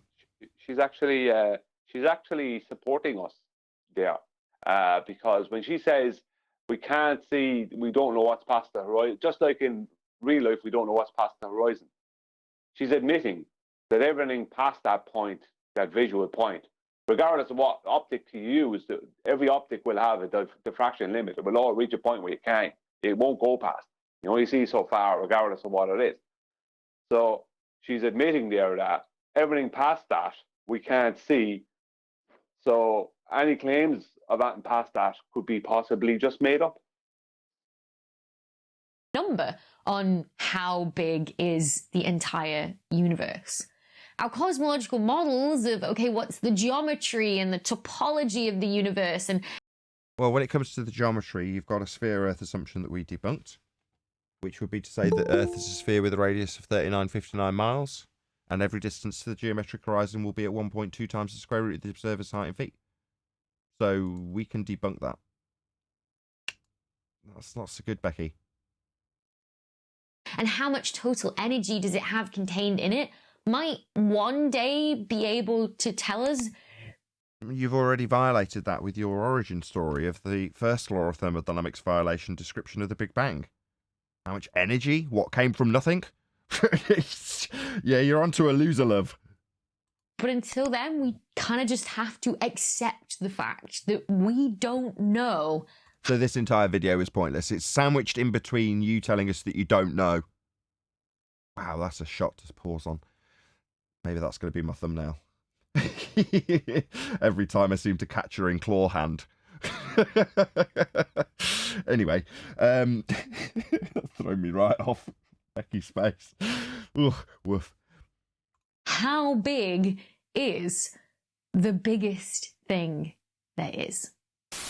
Before we get to the bloopers, I just want to say a big thank you to Brilliant for sponsoring this video. If you're as obsessed with the universe as I do, it's a website, possible eventual fates for the end of the universe. Possible eventual fates. That's exactly what the cosmology section of their astrophysics course does as well, starting from the basics and covering the shape and possible eventual fates for the end of the universe. Sounds terrifying. Even your sponsors wrapped up in heliocentric fear porn. So, you're telling people to go to a site that's going to tell them about the ends of the universe. Wow. Wow. So if you want to get stuck in learning more astrophysics... I wouldn't normally do this, but no, I don't suggest you do. So, no, I don't suggest you give money for fear porn based on Becky's recommendation at all. You know, I just don't suggest you do it. Maybe the site's wonderful for other things, but in terms of its heliocentric fear porn, I don't think you should subject it. In fact, I think those are shackles that you should free yourself from generally. But there we go, that's just my opinion. Physics and cosmology, head to brilliant.org/Dr. Becky. You can click on that link in the video description down below as well and sign up completely for free, plus get 20% off an annual premium subscription. At that link, you'll also find my curated learning path with the courses that I think cover... Oh, bloody hell. You're going to go and get curated learning packages. Again, I would wonder whether or not the packages include some of the contradictory information about the two-way speed of light. You know, because if you're going to go and pull out a pack from Becky's learning path on this sponsored Brilliant website, then ultimately speaking, you're going to find that she's telling you about how they've got these numbers that are thrown around, sandwiching them in between we don't know. Or you can just go to somewhere like Veritasium for free and he'll tell you what a load of nonsense it is. The speed of light is exactly 299,792,458 meters per second. But hear me out. In this video, I will prove to you that light may never actually travel at this speed. So, I mean, why are you going to go Becky and listen to her babble off a load of numbers that don't make any sense? Like you just have, and we have. We've had to endure this nonsense. Why would you pay for it? Cover the topics we chat about most in my videos. So what, do you, like I say, cover the contradictory doublespeak that you can go and debunk Becky with at Veritasium? Clearly not. She's going to lie to you for money. Maybe we should do the same thing with their different stances on whether gravity is a force or not. I'm pretty sure she thinks gravity is a force, but he's got a video where he says gravity isn't a force. Maybe we could juxtapose those together and let them work it out. Yeah. So thank you so much to Brilliant for sponsoring this video and for continuing to support my channel through 2023. But now, roll those bloopers. How big is the entire universe? You don't have a clue. These earrings are very jingly jangly. That's what she's really worried about. How well do I look while I go through the contradictory nonsense of the numbers that imply we know how big the universe is? How well do my earrings look? I think I'm just going to take them out in case it's going over the mic. I think these are Otherwise, bloopers. you know, you signed up for a They are space bloopers. video. You didn't sign up for But bloopers are very telling because they tell you what's on someone's mind when they're delivering the words. some earring ASMR video, did you? I mean, you may have done. You may like that at the same time. But it's not going to be this video. But it is not this day. That's around 1 billion kilometers an hour in like normal everyday univits? Universe and units. Smush So how are light years, you know, translatable to everyday units? They're not. together in my head.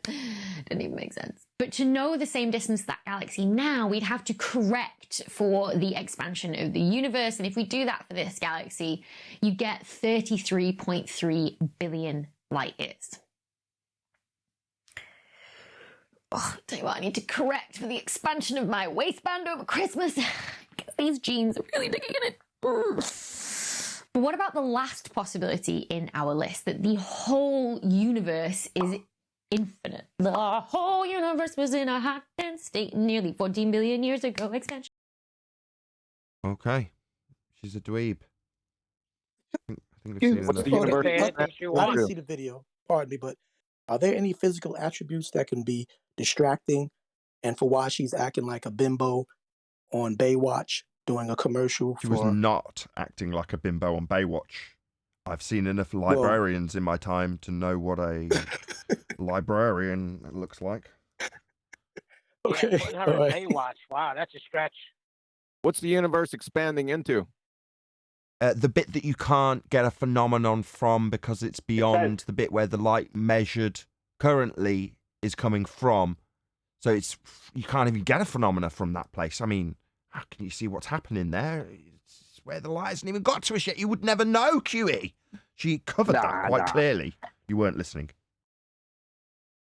Nah, I see that response and I raise it. It's expanding into the inflationary multiverse.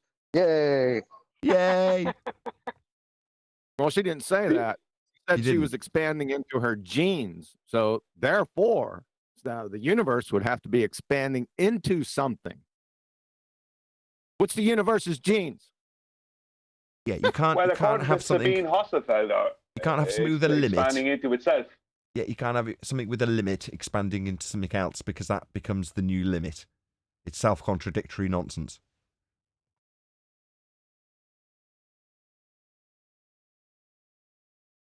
But if you're going to have nonsense at the beginning, that's the first law of thermodynamics violation, Big Bang, you might as well have nonsense on the farthest reaches of the periphery, right? Nonsense all the way between as well. Just a massive nonsense from beginning to end. Why not? She could basically say anything she wants to say. That's what she did. Yeah, she did. But she's got it down pat to the point where I think I have to give John credit because he was like, nah, she just doesn't understand that it's nonsense. She's not thinking about deceiving people. No, she's not. She's thinking about her earrings. This is just rhetoric. She's just parroting it off. So to the point where she doesn't really need to give it much thought and now doesn't anymore. You tell me she does not know what an experiment is. She knows her rhetoric Really? and how to parrot it. And what she's thinking about while she's parroting it isn't how does this come across, or is the maths right, just to put it on a different standard that isn't, you know, conspiratorial or deceitful. She's not doing either. She's going, how do my earrings look? Because she's got her rhetoric down pat. She never needs to think about it ever again. She doesn't know what an experiment is, Neil, because she never had to know. She didn't learn science. She's not a scientist. She never had any reason to know what it is. So she just uses the word like anyone on the street would. Sorry, John. Oh, no, I didn't mean to interrupt you. I was just going to say, which is scarier? That they don't know what the words they're using means, or they're lying to you? The former, I think. They don't know what the words mean. That's even more scary, if you ask me. And Yeah, I faced that head on in the first 10 minutes with that debate with Earth Chronicles, when I think the host, it was David, said words to the effect of, look, we don't want to get hung up on words having the wrong meaning. If that happens, let's just move past it, okay? Right, okay. So when you say total annihilation, that. if you actually mean nothing of the sort, then it would just brush past it, right? Doesn't matter that someone might mean that that means death to everybody. Okay, we'll just brush past it. Words, meanings, who cares? Well, I just think it goes to show that they don't know what the words mean. That's why they can, ignore that so easily. They don't care. I distinctly remember Dave saying that too. He set down all the rules. No interruptions. We're going to allow everybody to speak. We're going to make this a fair platform. We're not going to use any ad homes, no insulting. We're going to do this intellectually. We're trying to find out the truth, the whole truth and nothing but the truth. And we're not going to nitpick about, grammatical errors and pronunciations and stuff like that. And then And Nathan they, gets and they called call the dick. Nathan a dick. exactly. But words don't matter and their meanings. They don't matter at all. Yeah, they are of great Wait, who significance and said that? importance. It's all we have to communicate in that regard, beyond body language. Who said that? That was Dumb Dave, the partner Dave of Wyatt. Josh the Jester. Wow. Oh, you mean who said what I Okay. had said? Right, Yeah, he opened up. Yeah. Yeah, he opened up. As right as you are, I want to bring this back. What was it you were saying, John? Well, it's a little bit scarier that it's not deceitful, that it's just ignorance, because that means the authority is dumb. And that is terrifying. Yes, it is. I would rather be lied to. Idiocracy. And it's because of the type of education that everybody receives. Comprehensive education. Listen Hey, John. and repeat. John, Eli reminds you of back in the day when everybody used to make a joke. Even currently, the United States presidents of, like the ones that were considered, dunces, having the authority to press the button and pull the trigger for nuclear warfare, as they claim, Do you think that's is a true? threat. Hold on. Do you think that's true? What, the nuclear threat? Both. Not just No, the I don't- nuclear I- threat, no. but moreover, in your example, you've got, and you're about to launch into how thick they are, some Dumbo stood over a button. Do you think that's true? Well, I don't think the nuclear threat is what it is. I've already come upon the enlightenment of that being another. So therefore, the button can't be true, right? Okay, where we going? Therefore, the button can't be true. Therefore, the power of the button isn't true. So what does the button actually do? What does it represent, metaphorically speaking or otherwise, when it's pulled? Yeah. Right. I digress. Right. Sorry. I digressed. I'm sorry. It was your point you were making. Go ahead. You can think of the button as powerful, though. Well, I guess it's the fear of the people that think the person has the power to press the button. Exactly. That was where I was going. Well summarized. Carry on. My bad. No, I'm done. Y'all got it. Is it a round button or a flat button? Look, it's a terrifying button that might wipe you out. Now get on with your I'm job. still curious. It's a dome I'm shape still button. curious. Nathan, are I'm you still curious claiming to you don't know- believe in nuclear existence? Who, me? No, not at all. I did it one time. Are you seriously asking me that, Neil?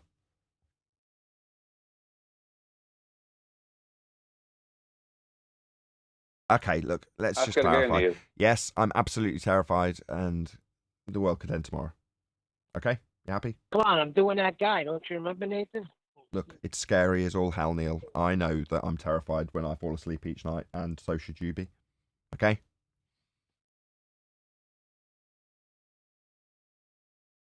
I get scared what if these thousands of satellites are going to fall out of the sky and right onto the top of my house.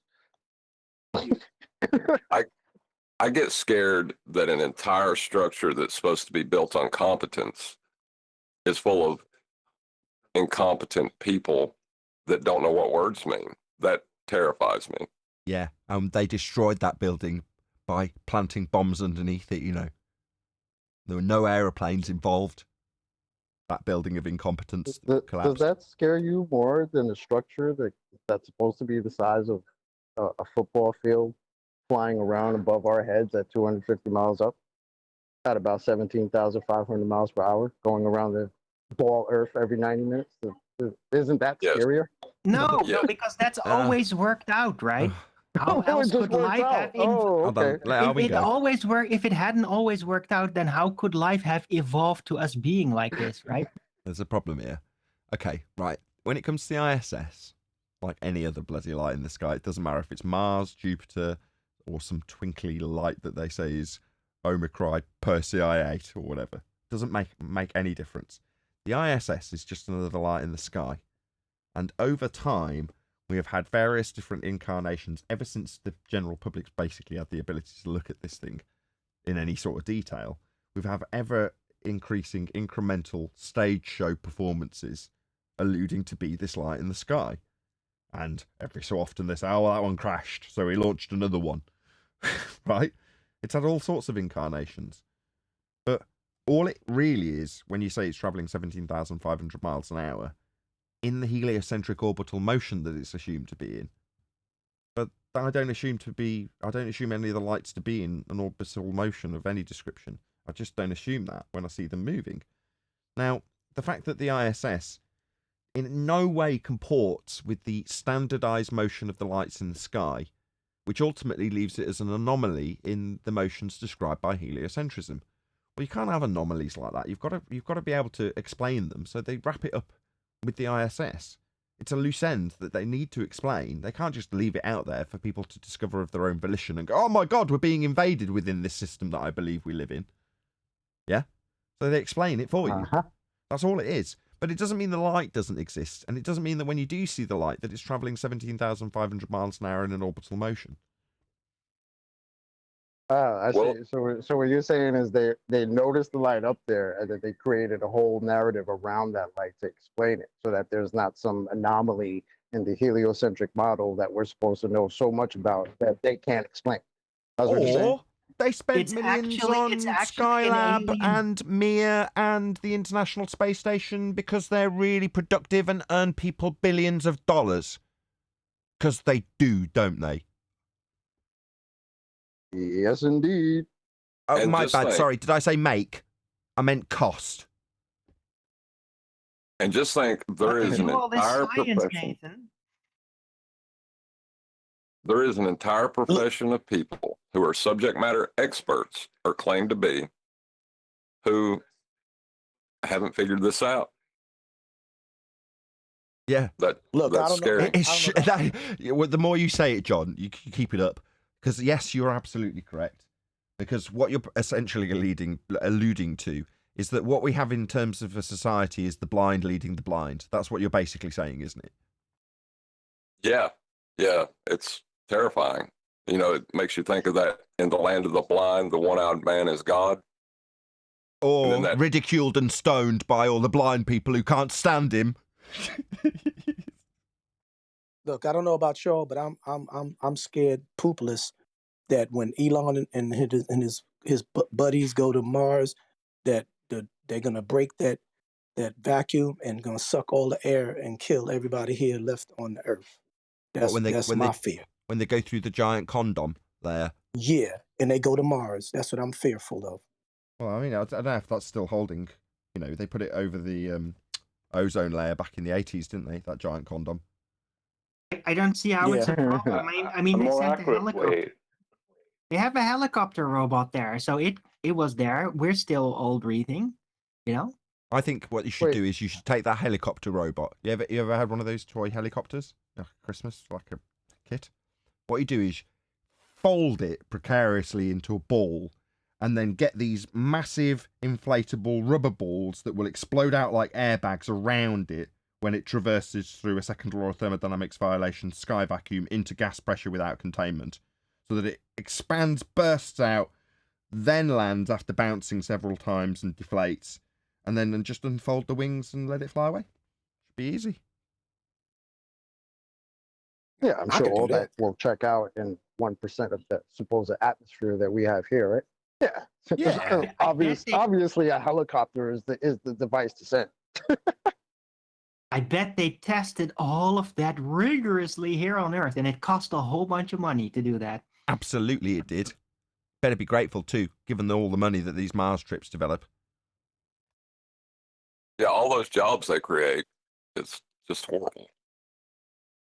Yeah, think of all the Velcro and I- microwaves that we'll have as a result, or maybe we'll have some Mars baked potatoes. I don't know. There's all sorts of things that can come from this that are beneficial to humanity.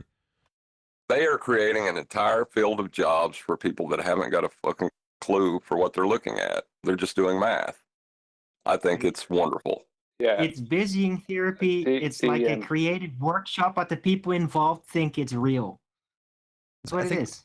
I think what John's trying to get at, right, is we do actually live in idiocracy. That is actually our world, which is quite terrifying. Well, the Yeah, way it's to describe terrifying. it. Go on, John. I was just going to say it's terrifying if you're living in it or if you're surrounded by people living in it.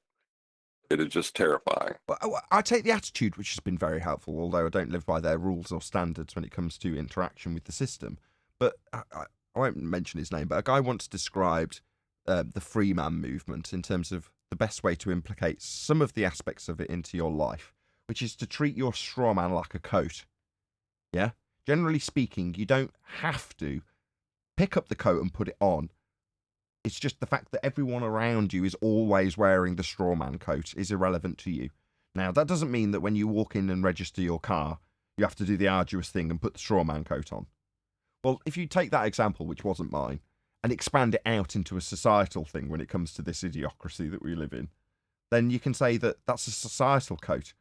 And I very much view it that way, which is to say that on occasion, I have to interact with the great and washed, and the great and washed, that is the general public, aren't that smart when it comes to most of the things that they are subject to when it comes to the brainwashing and programming that society has to offer them. They just gobble it all down, and there's no distracting them from that or telling them otherwise. So what's the point? And again, I'll give credit to John LeBon. This wasn't the person who gave me that example, but a different example, where John was like, when you're out and you're looking at all the different normies, and you know what you know, having gone through the path that many of us have gone through in this particular realm, well, you don't look at them in a way that is conducive to their lifestyle anymore. You look at them knowing that you're not going to convert them to realising that they live in a deceptive world, that they're Joe Normal, getting on with their almost NPC-like life, and you're not going to be able to interfere with that. And that is most of the people who are plodding their way through life and death and reproducing along the way back into the system. So you end up being quite lonely. You end up sat on the park bench looking out at society going past, going, what a world. Like, they're spellbound. That's what they are. They're bound in the spell. You can't snap them out of it. And if you do, it will be a huge shock to them. But it is like, you could describe it as magic, and they're spellbound by that dream of that spell, and they can't get out, and their life is arranged in accordance to the spell.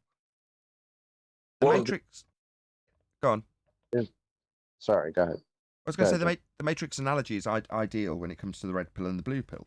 We're in what seems like a very neutral space when you're offered the choice. You swallow the pill, and then you very quickly realise that the world isn't as you realise, but that doesn't mean you're in some privileged position because of it. In fact, you're in the depths of hell with the machines chasing you. Well, the machines are the anti-flat earthers by comparison in this, with us. But like when I almost said, it's not going to get you hated when you wake up to the idea that you've been deceived in terms of the world. No, the whole point of that was to keep you under control, not questioning it and getting on with your work, busying yourself with things that are mundane, not interfering with anything that's going to be consequential to those who have power. And the moment you wake up from that, well, then you need to be ridiculed because you're just interfering with a structure that needs to be maintained. You're not helping anybody. And then as soon as you start talking about it, you have to be aware that the Agent Smiths will pop up because they will. Exactly. I've seen them. Yeah, that's the trolls. Yeah, all you get to find out is that there is a load of blind people who are blind because they have their hands in front of their eyes and refuse to take them down, being led by a load of ignorant people. So you have the ignorant leading the blind. Because we live in a world where you can become a scientist without ever learning what scientific method or a science experiment is. So that's why. So would it be? Would it be you fair? can't become a surgeon. You can't become a surgeon without knowing how to do surgery. But you can become a scientist without knowing what science is in our world. Yeah. That's a great analogy, Brian, because that's what I was thinking. Could you imagine if you were going to a surgeon who had never seen the inside of a body, expecting him to operate on any part of you? Would that not be terrifying? Or when you said to him, okay, right, you're about to perform neural surgery on me, right? Just give me a brief rundown on what you know about neural surgery. And they go and grab a great big A2 card, and in capital letters it says, I don't know anything. He puts the card down and says, I'm going to tell you about some numbers that have been bashed around. Is the anaesthetic taking effect? And when you wake up and they've sewn you back up, you're like, oh, where am I? And did you put what you knew about neural surgery to good effect? He picks the card back up again and says, we don't know anything. Let me reiterate those numbers that we just talked about. But that's what she did. Good analogy. It's terrifying. It's absolutely terrifying to even think that that could happen and does happen in astrophysics. But you would be But so astrophysics neurologically. doesn't have direct consequences. Third try. It only has Third try by consequences D-Rose. on Sorry, people's Alvin. dreams, not their That's all right. direct life. So Go ahead, D-Rose. Third attempt. Now I was saying, but you'd be so neurologically impaired, you wouldn't even know what the nonsense is being told back to you, because you'd be jacked up. Your family would only know, but then they would be so cognitive dissonant that they would say, well, maybe just something went wrong. You know, these things happen. It even says it in the consent that it's not 100. I shouldn't be laughing, but yes, this is the analogy, isn't it? well, you can actually, if you have the money, you can sort of like choose your surgeon. But yeah, if you don't, then whatever the system's going to shove to you to operate is going to do it.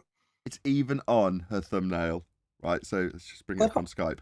So on the thumbnail for that video, it says in great, the biggest letters that it says on there, just one sec, is "We don't know," right, as the answer. So just imagine if that was the video, you're like, about to have neural surgery? We don't know. It is kind of funny. And I remember thinking when she said it, right? Like, oh, that this, we don't know, or we can say. And I'm thinking, you know, it's funny how some of these so-called high priests and sorceresses and priestesses, all these people, they sometimes they are comfortable with saying they don't know. But then the people, like regular people who will defend it, will go all out of their way to tell us how they do know. And it's like, well, how do you know when the people you get your story from don't know?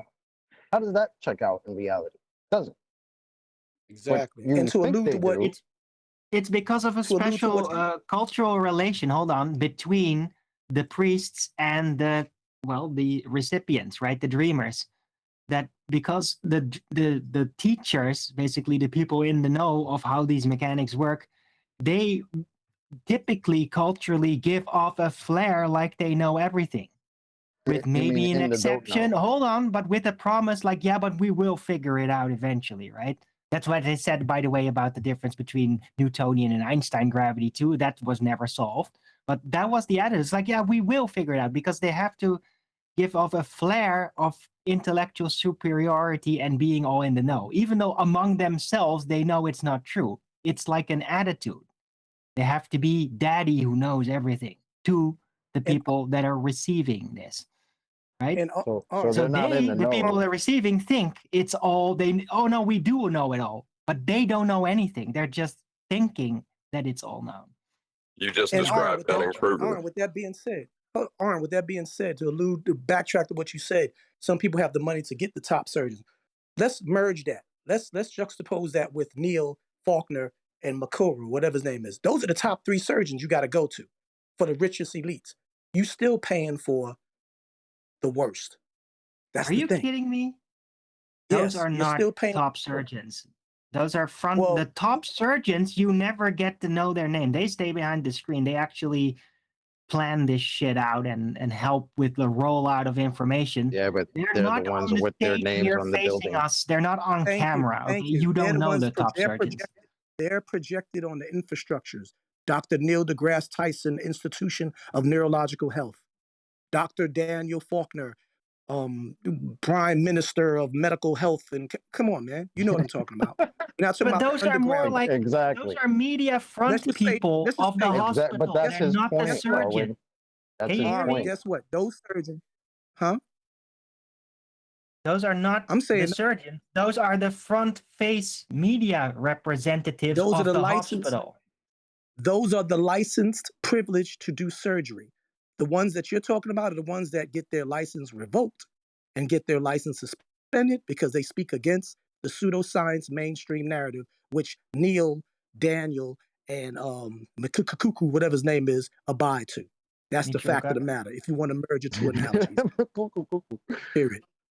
Okay, anyway, that's let's not deviate too much from the kind of subject funny matter. that you brought him up, right? Because I just saw a story, and I think Neil said something about it the other day about him being on the news and talking about how supposedly the core has stopped spinning.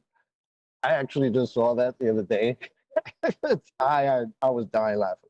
I'm sorry, guys, but I do not see these people, even Neil deGrasse Tyson and Michu, as the leading surgeons at all. They are the media representatives of the hospital. They are the PR people to spread the word. They are not the ones that are actually engineering this stuff and working out the maths at all.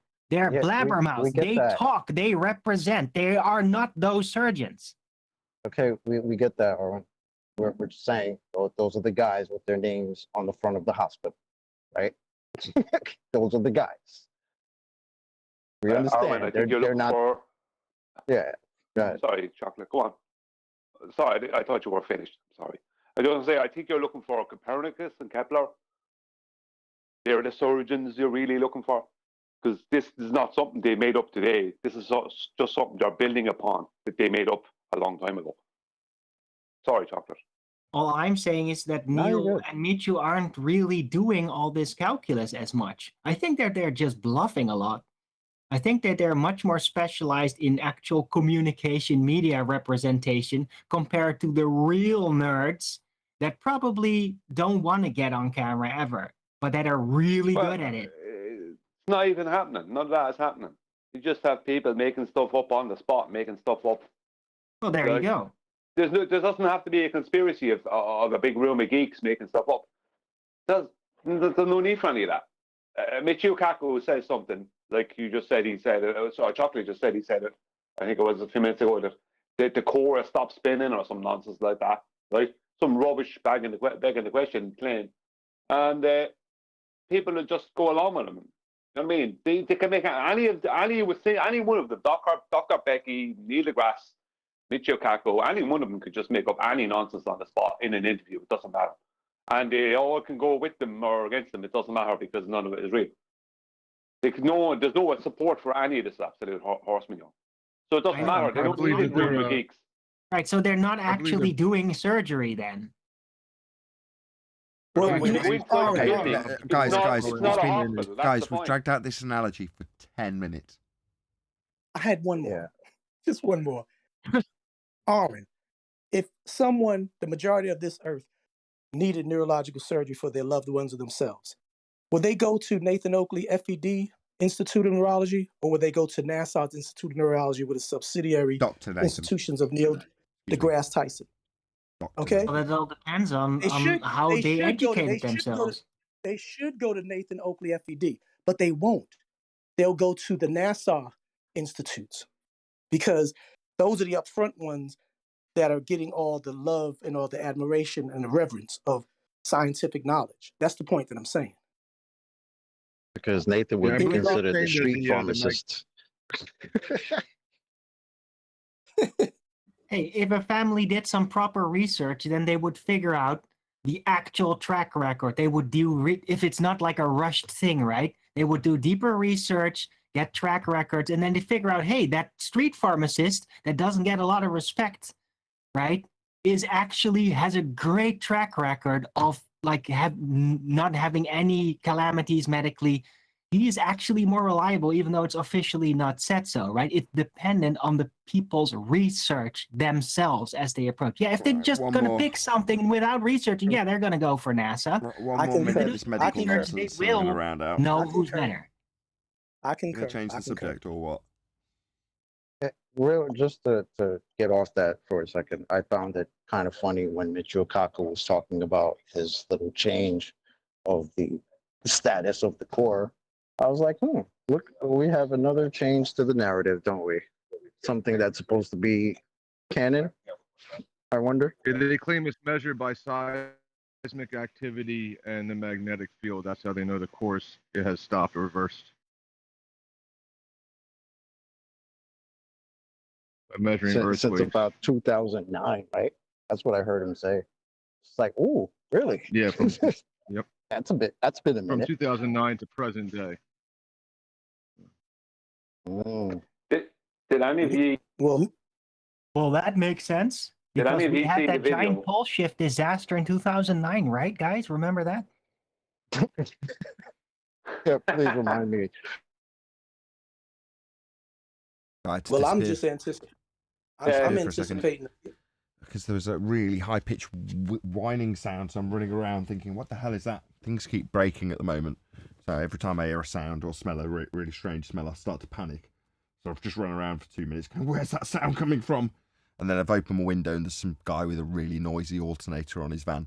So I'm going, oh, thank God. Nothing's going to set on fire. I'm not even joking. My storage radiator, right? Do you know what a storage radiator is? It's like an electric radiator that turns on overnight so that you use cheap electricity, or when electricity is cheap. It sort of fills up these bricks, stores the heat and lets them out in the day. Well, because it's a storage radiator, it comes on about 1 a.m. and you don't typically notice it.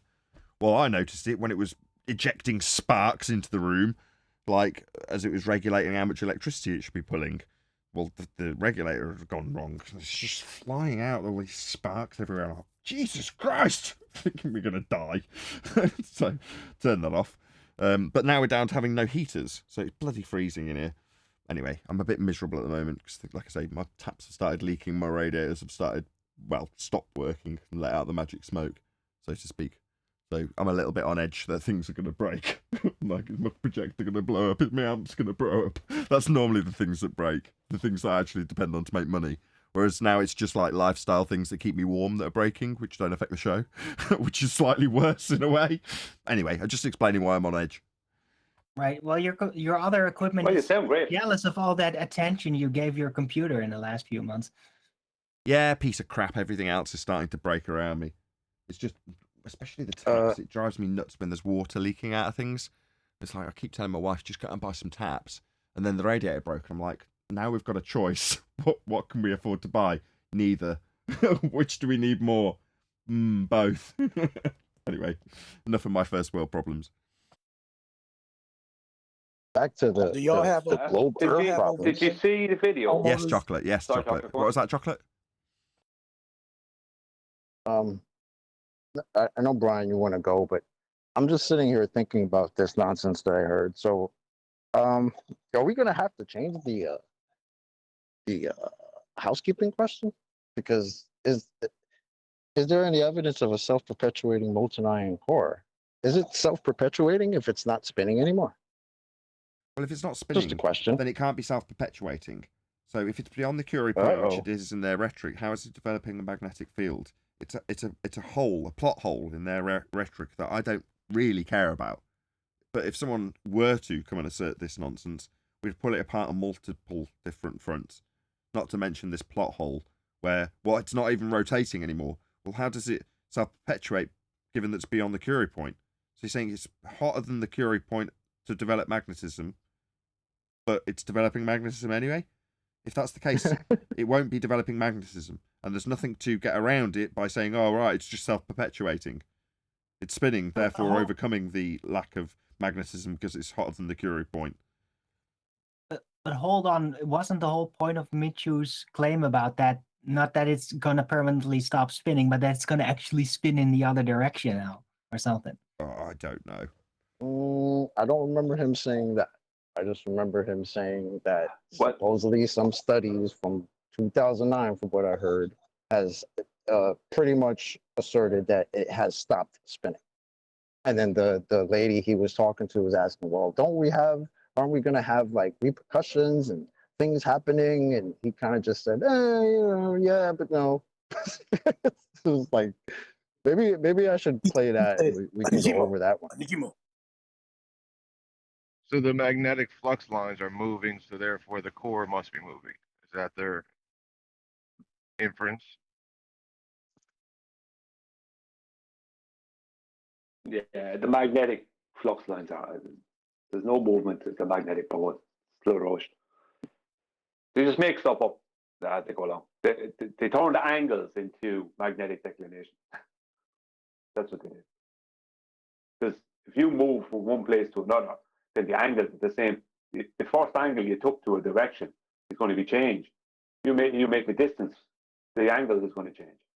That's basically like they just hijacked that fact and turned it into magnetic declination to give you the impression that it was a globe. Whereas when you follow magnetic declination, it's not a globe. Nathan, you want me to find that clip real quick? You can do. Are you gonna round out? Well, no. I was just thinking. Pretty short. Speaking of things not spinning. Oh, go ahead, Brian. My bad. That's the other thing that I was going to mention, just because I want to get off my chest.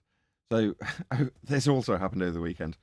So I'm lying in, reasonably tired, and I wake up to kids screaming and the most horrendous noise I've ever heard. 100 plus dB, really loud.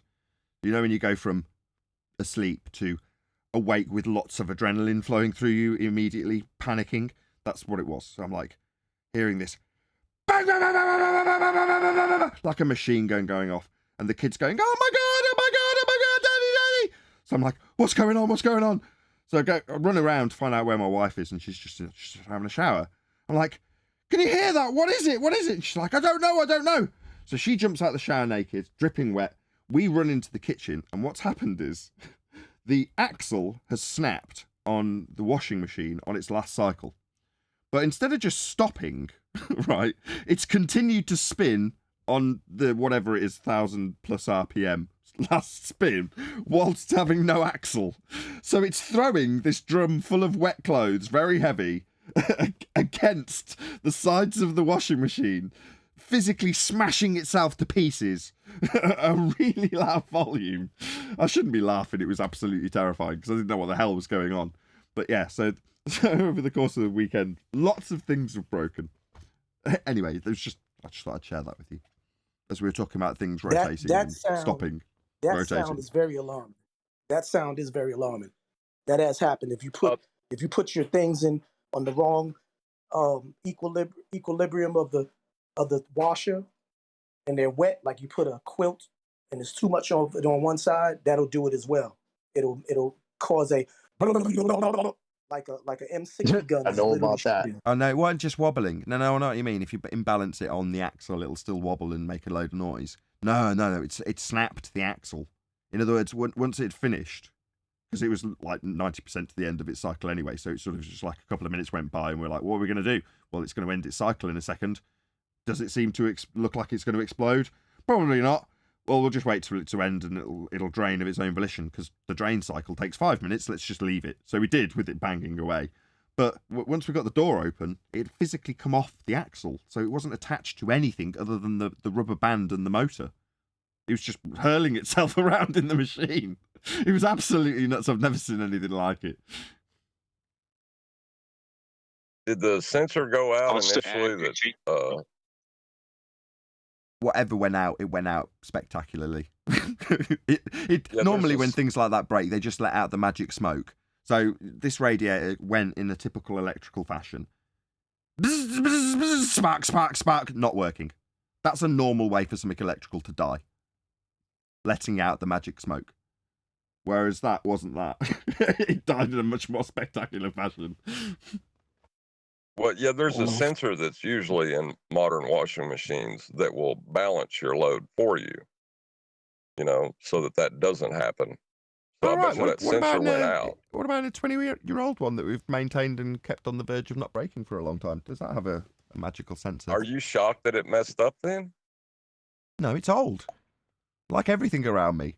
All of my money goes into things that can produce the show. So everything around me is either broken, secondhand, deteriorating, or, needs replacing completely. But that's just life, isn't it? Nate, I've put that clip in Master D.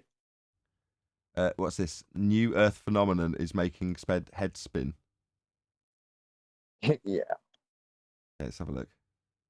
You need to buy a new washing machine. I already have, but that chewed up through every penny I had sort of stashed on one side, rainy day money. So that's the thing, isn't it? These things come in threes. So taps, radiator, and washing machine all happened at the same time. That's fairly standard fare, right? All of the time, you have enough saved up for one catastrophe. Just I actually sponged it off my parents for the washing You machine. ever had real washing machine knocking until it's moved about 1.5 feet by itself? The ladies love it. Right, let's do it. As if we didn't have enough to worry about, new research claims the Earth's inner core has stopped spinning. And now some scientists believe it could. If this was true, right, then ultimately their claim of it producing the magnetic field, it would stop, right? We'd no longer have a magnetic field then, correct? Nobody's thought about this, have they? Allegedly. Could even reverse direction within the next decade. I tried to say that. I tried to say that a few minutes ago. I think you said it a couple of weeks ago, didn't you? It also mean, yeah, weeks ago. There also wouldn't be rotation. That would also have to slow down. So sunrises and sets should be a lot slower. Doomed. Let's ask a certified genius here with me tonight. You know him from Ancient Aliens, theoretical physicist and author of The God Equation, The Quest for a Theory of Everything. Great book. Get it now. Dr. Michio Kaku is back. Let's hear the quote. In my field, none of us uses the scientific method. It's leaps of logic, guesswork. Michio Kaku. Seat of the pants. Seat of your pants. Right, let's hear what he's got to say. Get my damn mouse to work. Back. Welcome back, sir. Glad to be on. So the inner core is solid. And apparently it's angry because it was spinning. It was doing just fine according. So did you say the molten iron core is solid? Yeah. It's a solid core. Yeah. And it Supposedly the stopped. inner core is the solid one, and then the outer one's like the I'm a bit molten confused, one. right? If it's solid, how is it spinning at all for it to stop? I mean, I don't know about precision bearings being inside Earth or anything, but if it's a solid core, how the hell would it be rotating at all? But it's a solid ball sitting in a Ancient molten. momentum. It's ancient momentum, Nathan. No, but, okay. They're trying to explain it with convection. They're trying to explain it away with convection. Explain what? If you've got, which would be, think of a 3-bird roast, right? How much rotating do you think the bird on the inside is doing? There's friction, right? It's not going to be doing any rotating. I don't know why I used a 3-bird roast. It was the only thing I could think of in layers quickly. Or an onion. That would have been better. Right? If you've got the center, the core of an onion, right? If it's a solid core, how would you get it to rotate? Now, by comparison, if you said, I know this is all nonsense and presuppositional and R-based and sphere-based, but if you said that the middle section of the onion was rotten, right? And as a result of Earth moving through a motion that creates the perceived motion of the stars because we're turning beneath them, or the perceived motion of the sun because we're turning beneath it, then you could easily say, well, the gooey center of the onion is spinning. But the moment you make it solid, how on earth are you going to infer that the solid core was spinning to stop? How is that even possible? I don't get it. Because you got the solid sitting in the liquid, and somehow it's just spinning while it's in the liquid, right? So it's like a fluid bearing. Yeah, I guess you could say that. Yeah. Right. And can we go back and she read, does ask let him read about off- it, and he does go can I- into a little bit of detail. Sorry, D-Will. That's all right. No, that's all right. I just want to know what the name of his book was and who made him all-knowing I mean, did it say philosophical or conceptual assumptions or theories not proven, something like that? I mean, paraphrasing, but Okay, his it's like, book is called, I don't know if there's a "the" in there. I can't quite see. I think it's "The God Equation" by Michio Kaku. What was your other question? Who made him God? right. But she even broke it down to say that, or maybe she considered him a guru of conceptual philosophical assumptions and theories. No, she So described basically, him as a bona fide genius. oh, that's what it is. Okay, all right. Well, I believe my theory is that there are people living in the clouds above, and I think they have bad bladders, and that's what causes the rain. Put that, cite that. And Hold on a second. Don't poo-poo him. Number one, you have taken measurements of bladder retention, haven't you? You do have those yes, I measurements. have. Well, there you go. He's got the measurements. Yes, I do. Perfectly reasonable Yes, I to do. assert it. As long as you got How measured. did he get? How did he get the measurement? I want to know how he got the measurement. We can bore you all day with how you get bladder know. measurements, Neil. Just proves what we're You're saying getting further hung up about on how that's details, Neil. causally linked. Yeah, but you Niels. can't just say you got the measurements. Oh, hold without on. I think explaining how Neil's you one of got those the stupid flat measurements. earthers who doesn't understand what we've just told Can him. we go back to this disaster of the Thank the you. core Thank stopped? you. We're just being okay. Because he brings up the movie too. Like we got to keep going. Did we not cover this tomorrow? This looks like it's juicy enough to cover Oh tomorrow. yeah, we could do it. Let's do it tomorrow. I think this is great, Chocolate. Yeah, no problem. Yeah, we should do that tomorrow. That would be good. We'll do it on the live show. I think that's well worthy of a live covering. It's worth the risk. I don't want to get copyright stripped by Fox, whoever it is, Fox Media, if it's not worth it. But if it's worth it in doing it on a live show, then it's, it counterbalances the fact that it's been done on a live show. It's just you're most likely to get a copyright strike from anything Fox. Trying to cut Think you're gonna cover early this. on us, Nathan? Go ahead, Neil. Say one more time. I'm fine with tomorrow as long as you're just not saying it so you could cut out on us early today. Is that what you're planning on? A quick escape? Well, Neil, if you give me a chance, I'd actually talk about something that would create conversation. Go, Brian. Well, I've got an announcement, but go ahead, Brian. No, not before your announcement. You're the boss of the show. Oh, okay, we're fine. So on Saturday, I got a 200mm NF A20, which is 200mm Noctua fan, to go underneath the PC on the outside of it to be an intake fan, which means that this quote-unquote fanless PC now has one more fan than the PC it replaced, which had 5. So this has now got 6. So it's a fanless PC with 6 fans in it.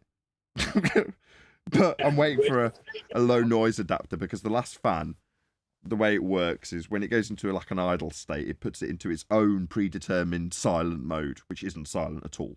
But it just says, all right, 600 RPM. Yeah, that's about right. Well, on a massive fan, 600 RPM is almost maximum, so it's really noisy. So I've just got to put a low noise adapter on it, which is coming today. Then I'm actually done, because previously, once I got it fixed, which I was elated about, yes, it ran, but it meant that splitting up the show into opening up more of the PC meant that I did actually need to give it a bit more power, and I just couldn't dissipate enough heat to keep it silent and give it that power, so I had to add an extra fan. So I've now got a massive, and I do mean massive, it's about as big as you can put on a PC, 200mm, right at the bottom as an intake. And that's it now. It's finally finished, and I can give it that little bit, about 20 watts more power, which means I can run the second chip efficiently enough to not have it occasionally crap out during the recording, which was irritating me. But just through lack of power, in other words, it's starting to make the encoder drop or lag because I'm encoding it with the CPU. So it just needed 20 watts more, and I've given it because I've put an extra fan on. And I know how excited you've all been about this 6-month journey and 6-month endeavour of changing PCs. So, given the excitement of radiators breaking, taps breaking, washing machines breaking, I know how you're all keen to know what I actually spend my money on, and that is making sure that the PC runs fucking fantastically, which it does. Anyway, there you go. Just thought you should all know that. I don't even understand 90% of what you just said. I know, but that's okay. Nathan, Well, do you no, that's guys okay. No, offer- no, no. Don't get hung up on the details. Chocolate Hold needs on, to. Brian, It's okay. from It's okay. Chocolate. I can explain. So the PL1 and PL2 limits on a PC allow how many watts go into the CPU. Now, normally, most people's CPU is just made up of 4 cores or 8 cores, and some of the massive ones 20 cores. But mine isn't like that. It's 2 separate chips. It's got a laptop chip and a desktop chip in one housing, what looks like a normal chip, and a graphics card in the same chip. Well, now the graphics card does live stream. The second CPU, which is like a little laptop CPU, encodes the recording, and the main chips do everything else. The big cores do everything else. But like I say, when I was running it at the extreme, I just didn't have enough wattage. In other words, if you're going to add another laptop to the system, you need to give it enough power to actually power that bit of silicon. Well, I didn't have enough. Now I do, because I've added more fans, and I can turn up the power without it overheating, or more importantly, without being able to hear the damn thing. I don't want to hear them. I want them to remain silent. And I've achieved it. I'm really pleased. I've got the fan installed, just not with a low noise adapter, but I can see what it'll do. And yesterday I had it balls to the wall. It was pulling like 270 watts from the GPU, 170 watts from the CPU, and it was silent. And I did a solid half a day of tests, because I've bumped up all the voltages again, just to, when you get to the point that everything's stable, the best way to end is then notch it up one more notch to account for degradation in all the silicon over the years. And then you can leave it forever. Well, that's what I did yesterday, but you still test it after you've done that, just in case something's gone wrong. And I did. I tested it for half a day, like stupid amounts of heat. Number one, because I didn't have a radiator. And I'm like, it's freezing in here. Well, let's benchmark the PC. That'll chuck out 300 watts of heat, which it did, silently. But there you go. I know you were interested, Chocolate. I just didn't want anybody else's nonsense to interfere with me making sure you understand what's going on. Wow. Go, Brian. Go, Brian. Thanks, Nathan. My pleasure, Chocolate. That's what happens when you get hung up on the details, Chocolate. You know, my bad. Damn. That's okay, Brian. If you want more details, I can give you. No more than you were good. No, my question, Nathan, was where you are in the UK, do they offer, I'm not sure if you're owning or renting, do they offer warranty, extended warranty type of packages where when you have appliance or type of structural problems? Oh, you're talking about the boring white goods. No, yes, they do. I used to sell them when I was very young and working in an electrical shop. I would never buy one. But the storage heater I bought in 1999 for this property, which I don't own, it's mortgaged up to the hilt, but you know, this is my flat and this is my radiator and it is broken. But nevertheless, I bought it in 1999, so it's not exactly something that's going to be under warranty, far from it. But it is serviceable, so I'm sure I can find an electrician, because I'm not going to kill myself doing it. Gotcha. Alrighty then. Brian, come on. Did any watch? Okay, Neil, thank you. Did any watch the video I posted into? Not my video now. It's a video put up by Taboo Conspiracy over the weekend. I posted it into Master D yesterday. Has he got a new computer too? Just want to know. No.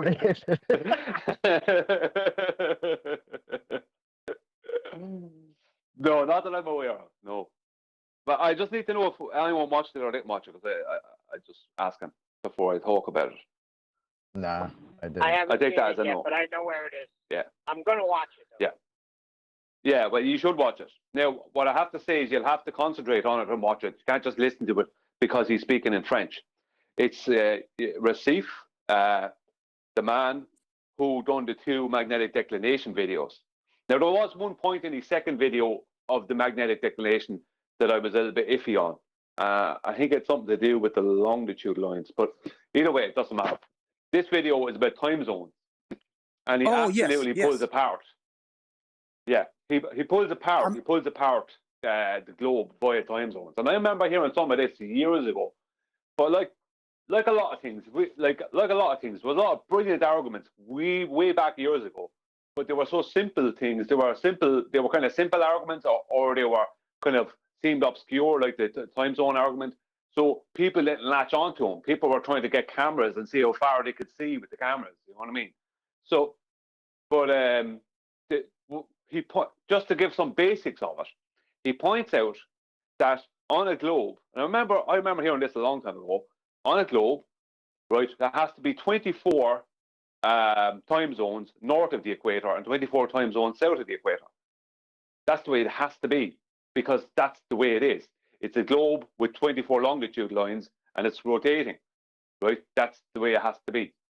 But he points out that there's actually 19 time zones north of the equator and 32 time zones south of the equator. And he's going through how they have to stretch some places and widen other places. And there's this whole big load of nonsense that happened at the Bering Strait, right? That they needed to manipulate the Bering Strait to make time zones work on a globe. Just basically give the impression that it was a globe. But he points out that Australia, right, is basically, if you go from San Diego across to, I think it's South Carolina, I'm not sure, maybe it's somewhere slightly south of that, but it is exactly, more or less exactly the same width as Perth to Sydney, right? And he points out that there is 4 time zones in America, but there's only 2 in Australia, right? Now, that can't be the case on a globe. There would have to be 4 and 4, right? Because they're both reasonably equal, although the United States is slightly more north of the equator than Australia is south. They are reasonably equal, right? Like Perth, Sydney is around, are both in around the 31 to 33 degree parallel, something like that. And San Diego to wherever it was in South Carolina or somewhere is around that too. But they're both equal enough in width. So there's no reason, if we were on a globe, for Australia having basically only 2 time zones. Now, they try and say there's a 3rd time zone, which is only a little half an hour added in thing. But he said in Australia, in the centre, he said, but nobody uses that. He said, what they actually did is that if you look, I won't go into all the video because he explains it out, and he speaks in French, and it's all written out in English by someone who is a translator. But they do a really good job where he details how they did what they did and how they manipulated time zones and how none of this works on a globe. And he spoke about how in the summertime, or sorry, in the north, right, in the summer, before the sun rises, you get a lot of brightness, right? When you're at 50 degrees north, you get loads of brightness.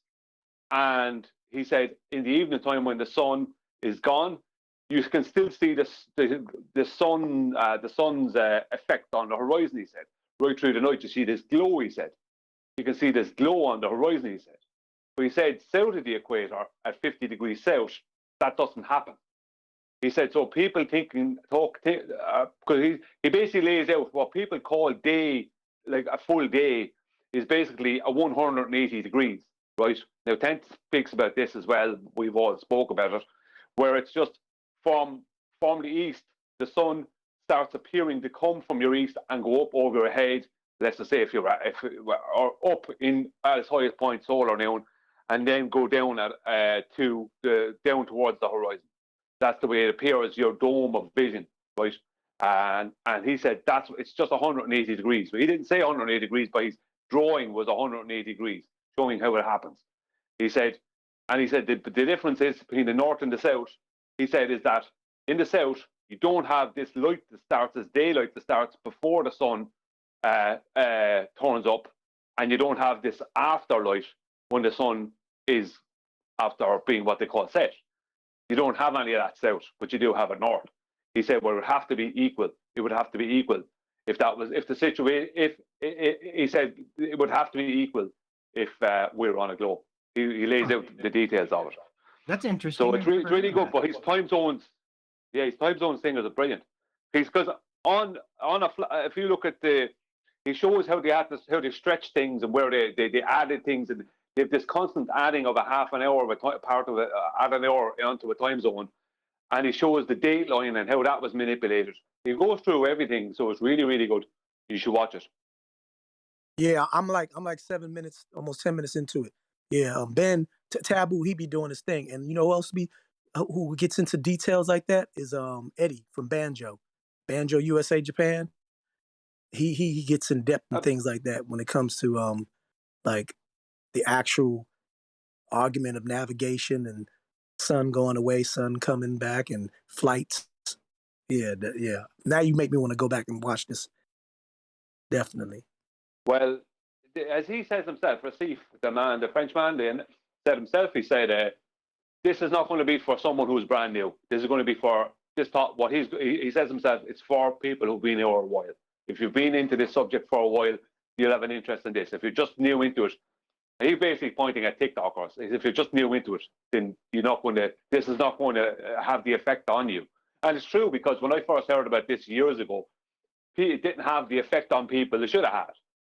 Do you know what I mean? It's like time zones are obviously manipulated, and he goes through everything, how they manipulated Bering Strait, and how on a flat plane, yeah, there is only 2 time zones in Australia. Do you know what I mean? On a flat plane, but there is 4 in America. And he actually lays out all the time zones the way they actually really are. And on a flat plane, and he shows what this is the real time zones. And he lays them out. And you can't argue with what he lays out. It's very good. No effect. You mean like kind of like the stopping of the supposed inner molten iron core? It stops and no effect. Which is like, to me, 2 hairs away from, oh, the Earth stopped. Oh, but there's no effect. Yeah. That just, to me, sounds like 2 shades from that. Like. And with that, I'm going to say another huge, massive, enormous thank you to both Discord and G+ panels for making today's after show possible. And of course, a massive thank you to all of you in either Nathan Oakley 1980 or Nathan Oakley Premiering streams. Hope you're smashing the super chat, liking, commenting, sharing, subscribing, joining as a Nathan Oakley 1980 channel member, and all that good stuff. I've been Nathan Oakley, and I will see you all in the next video.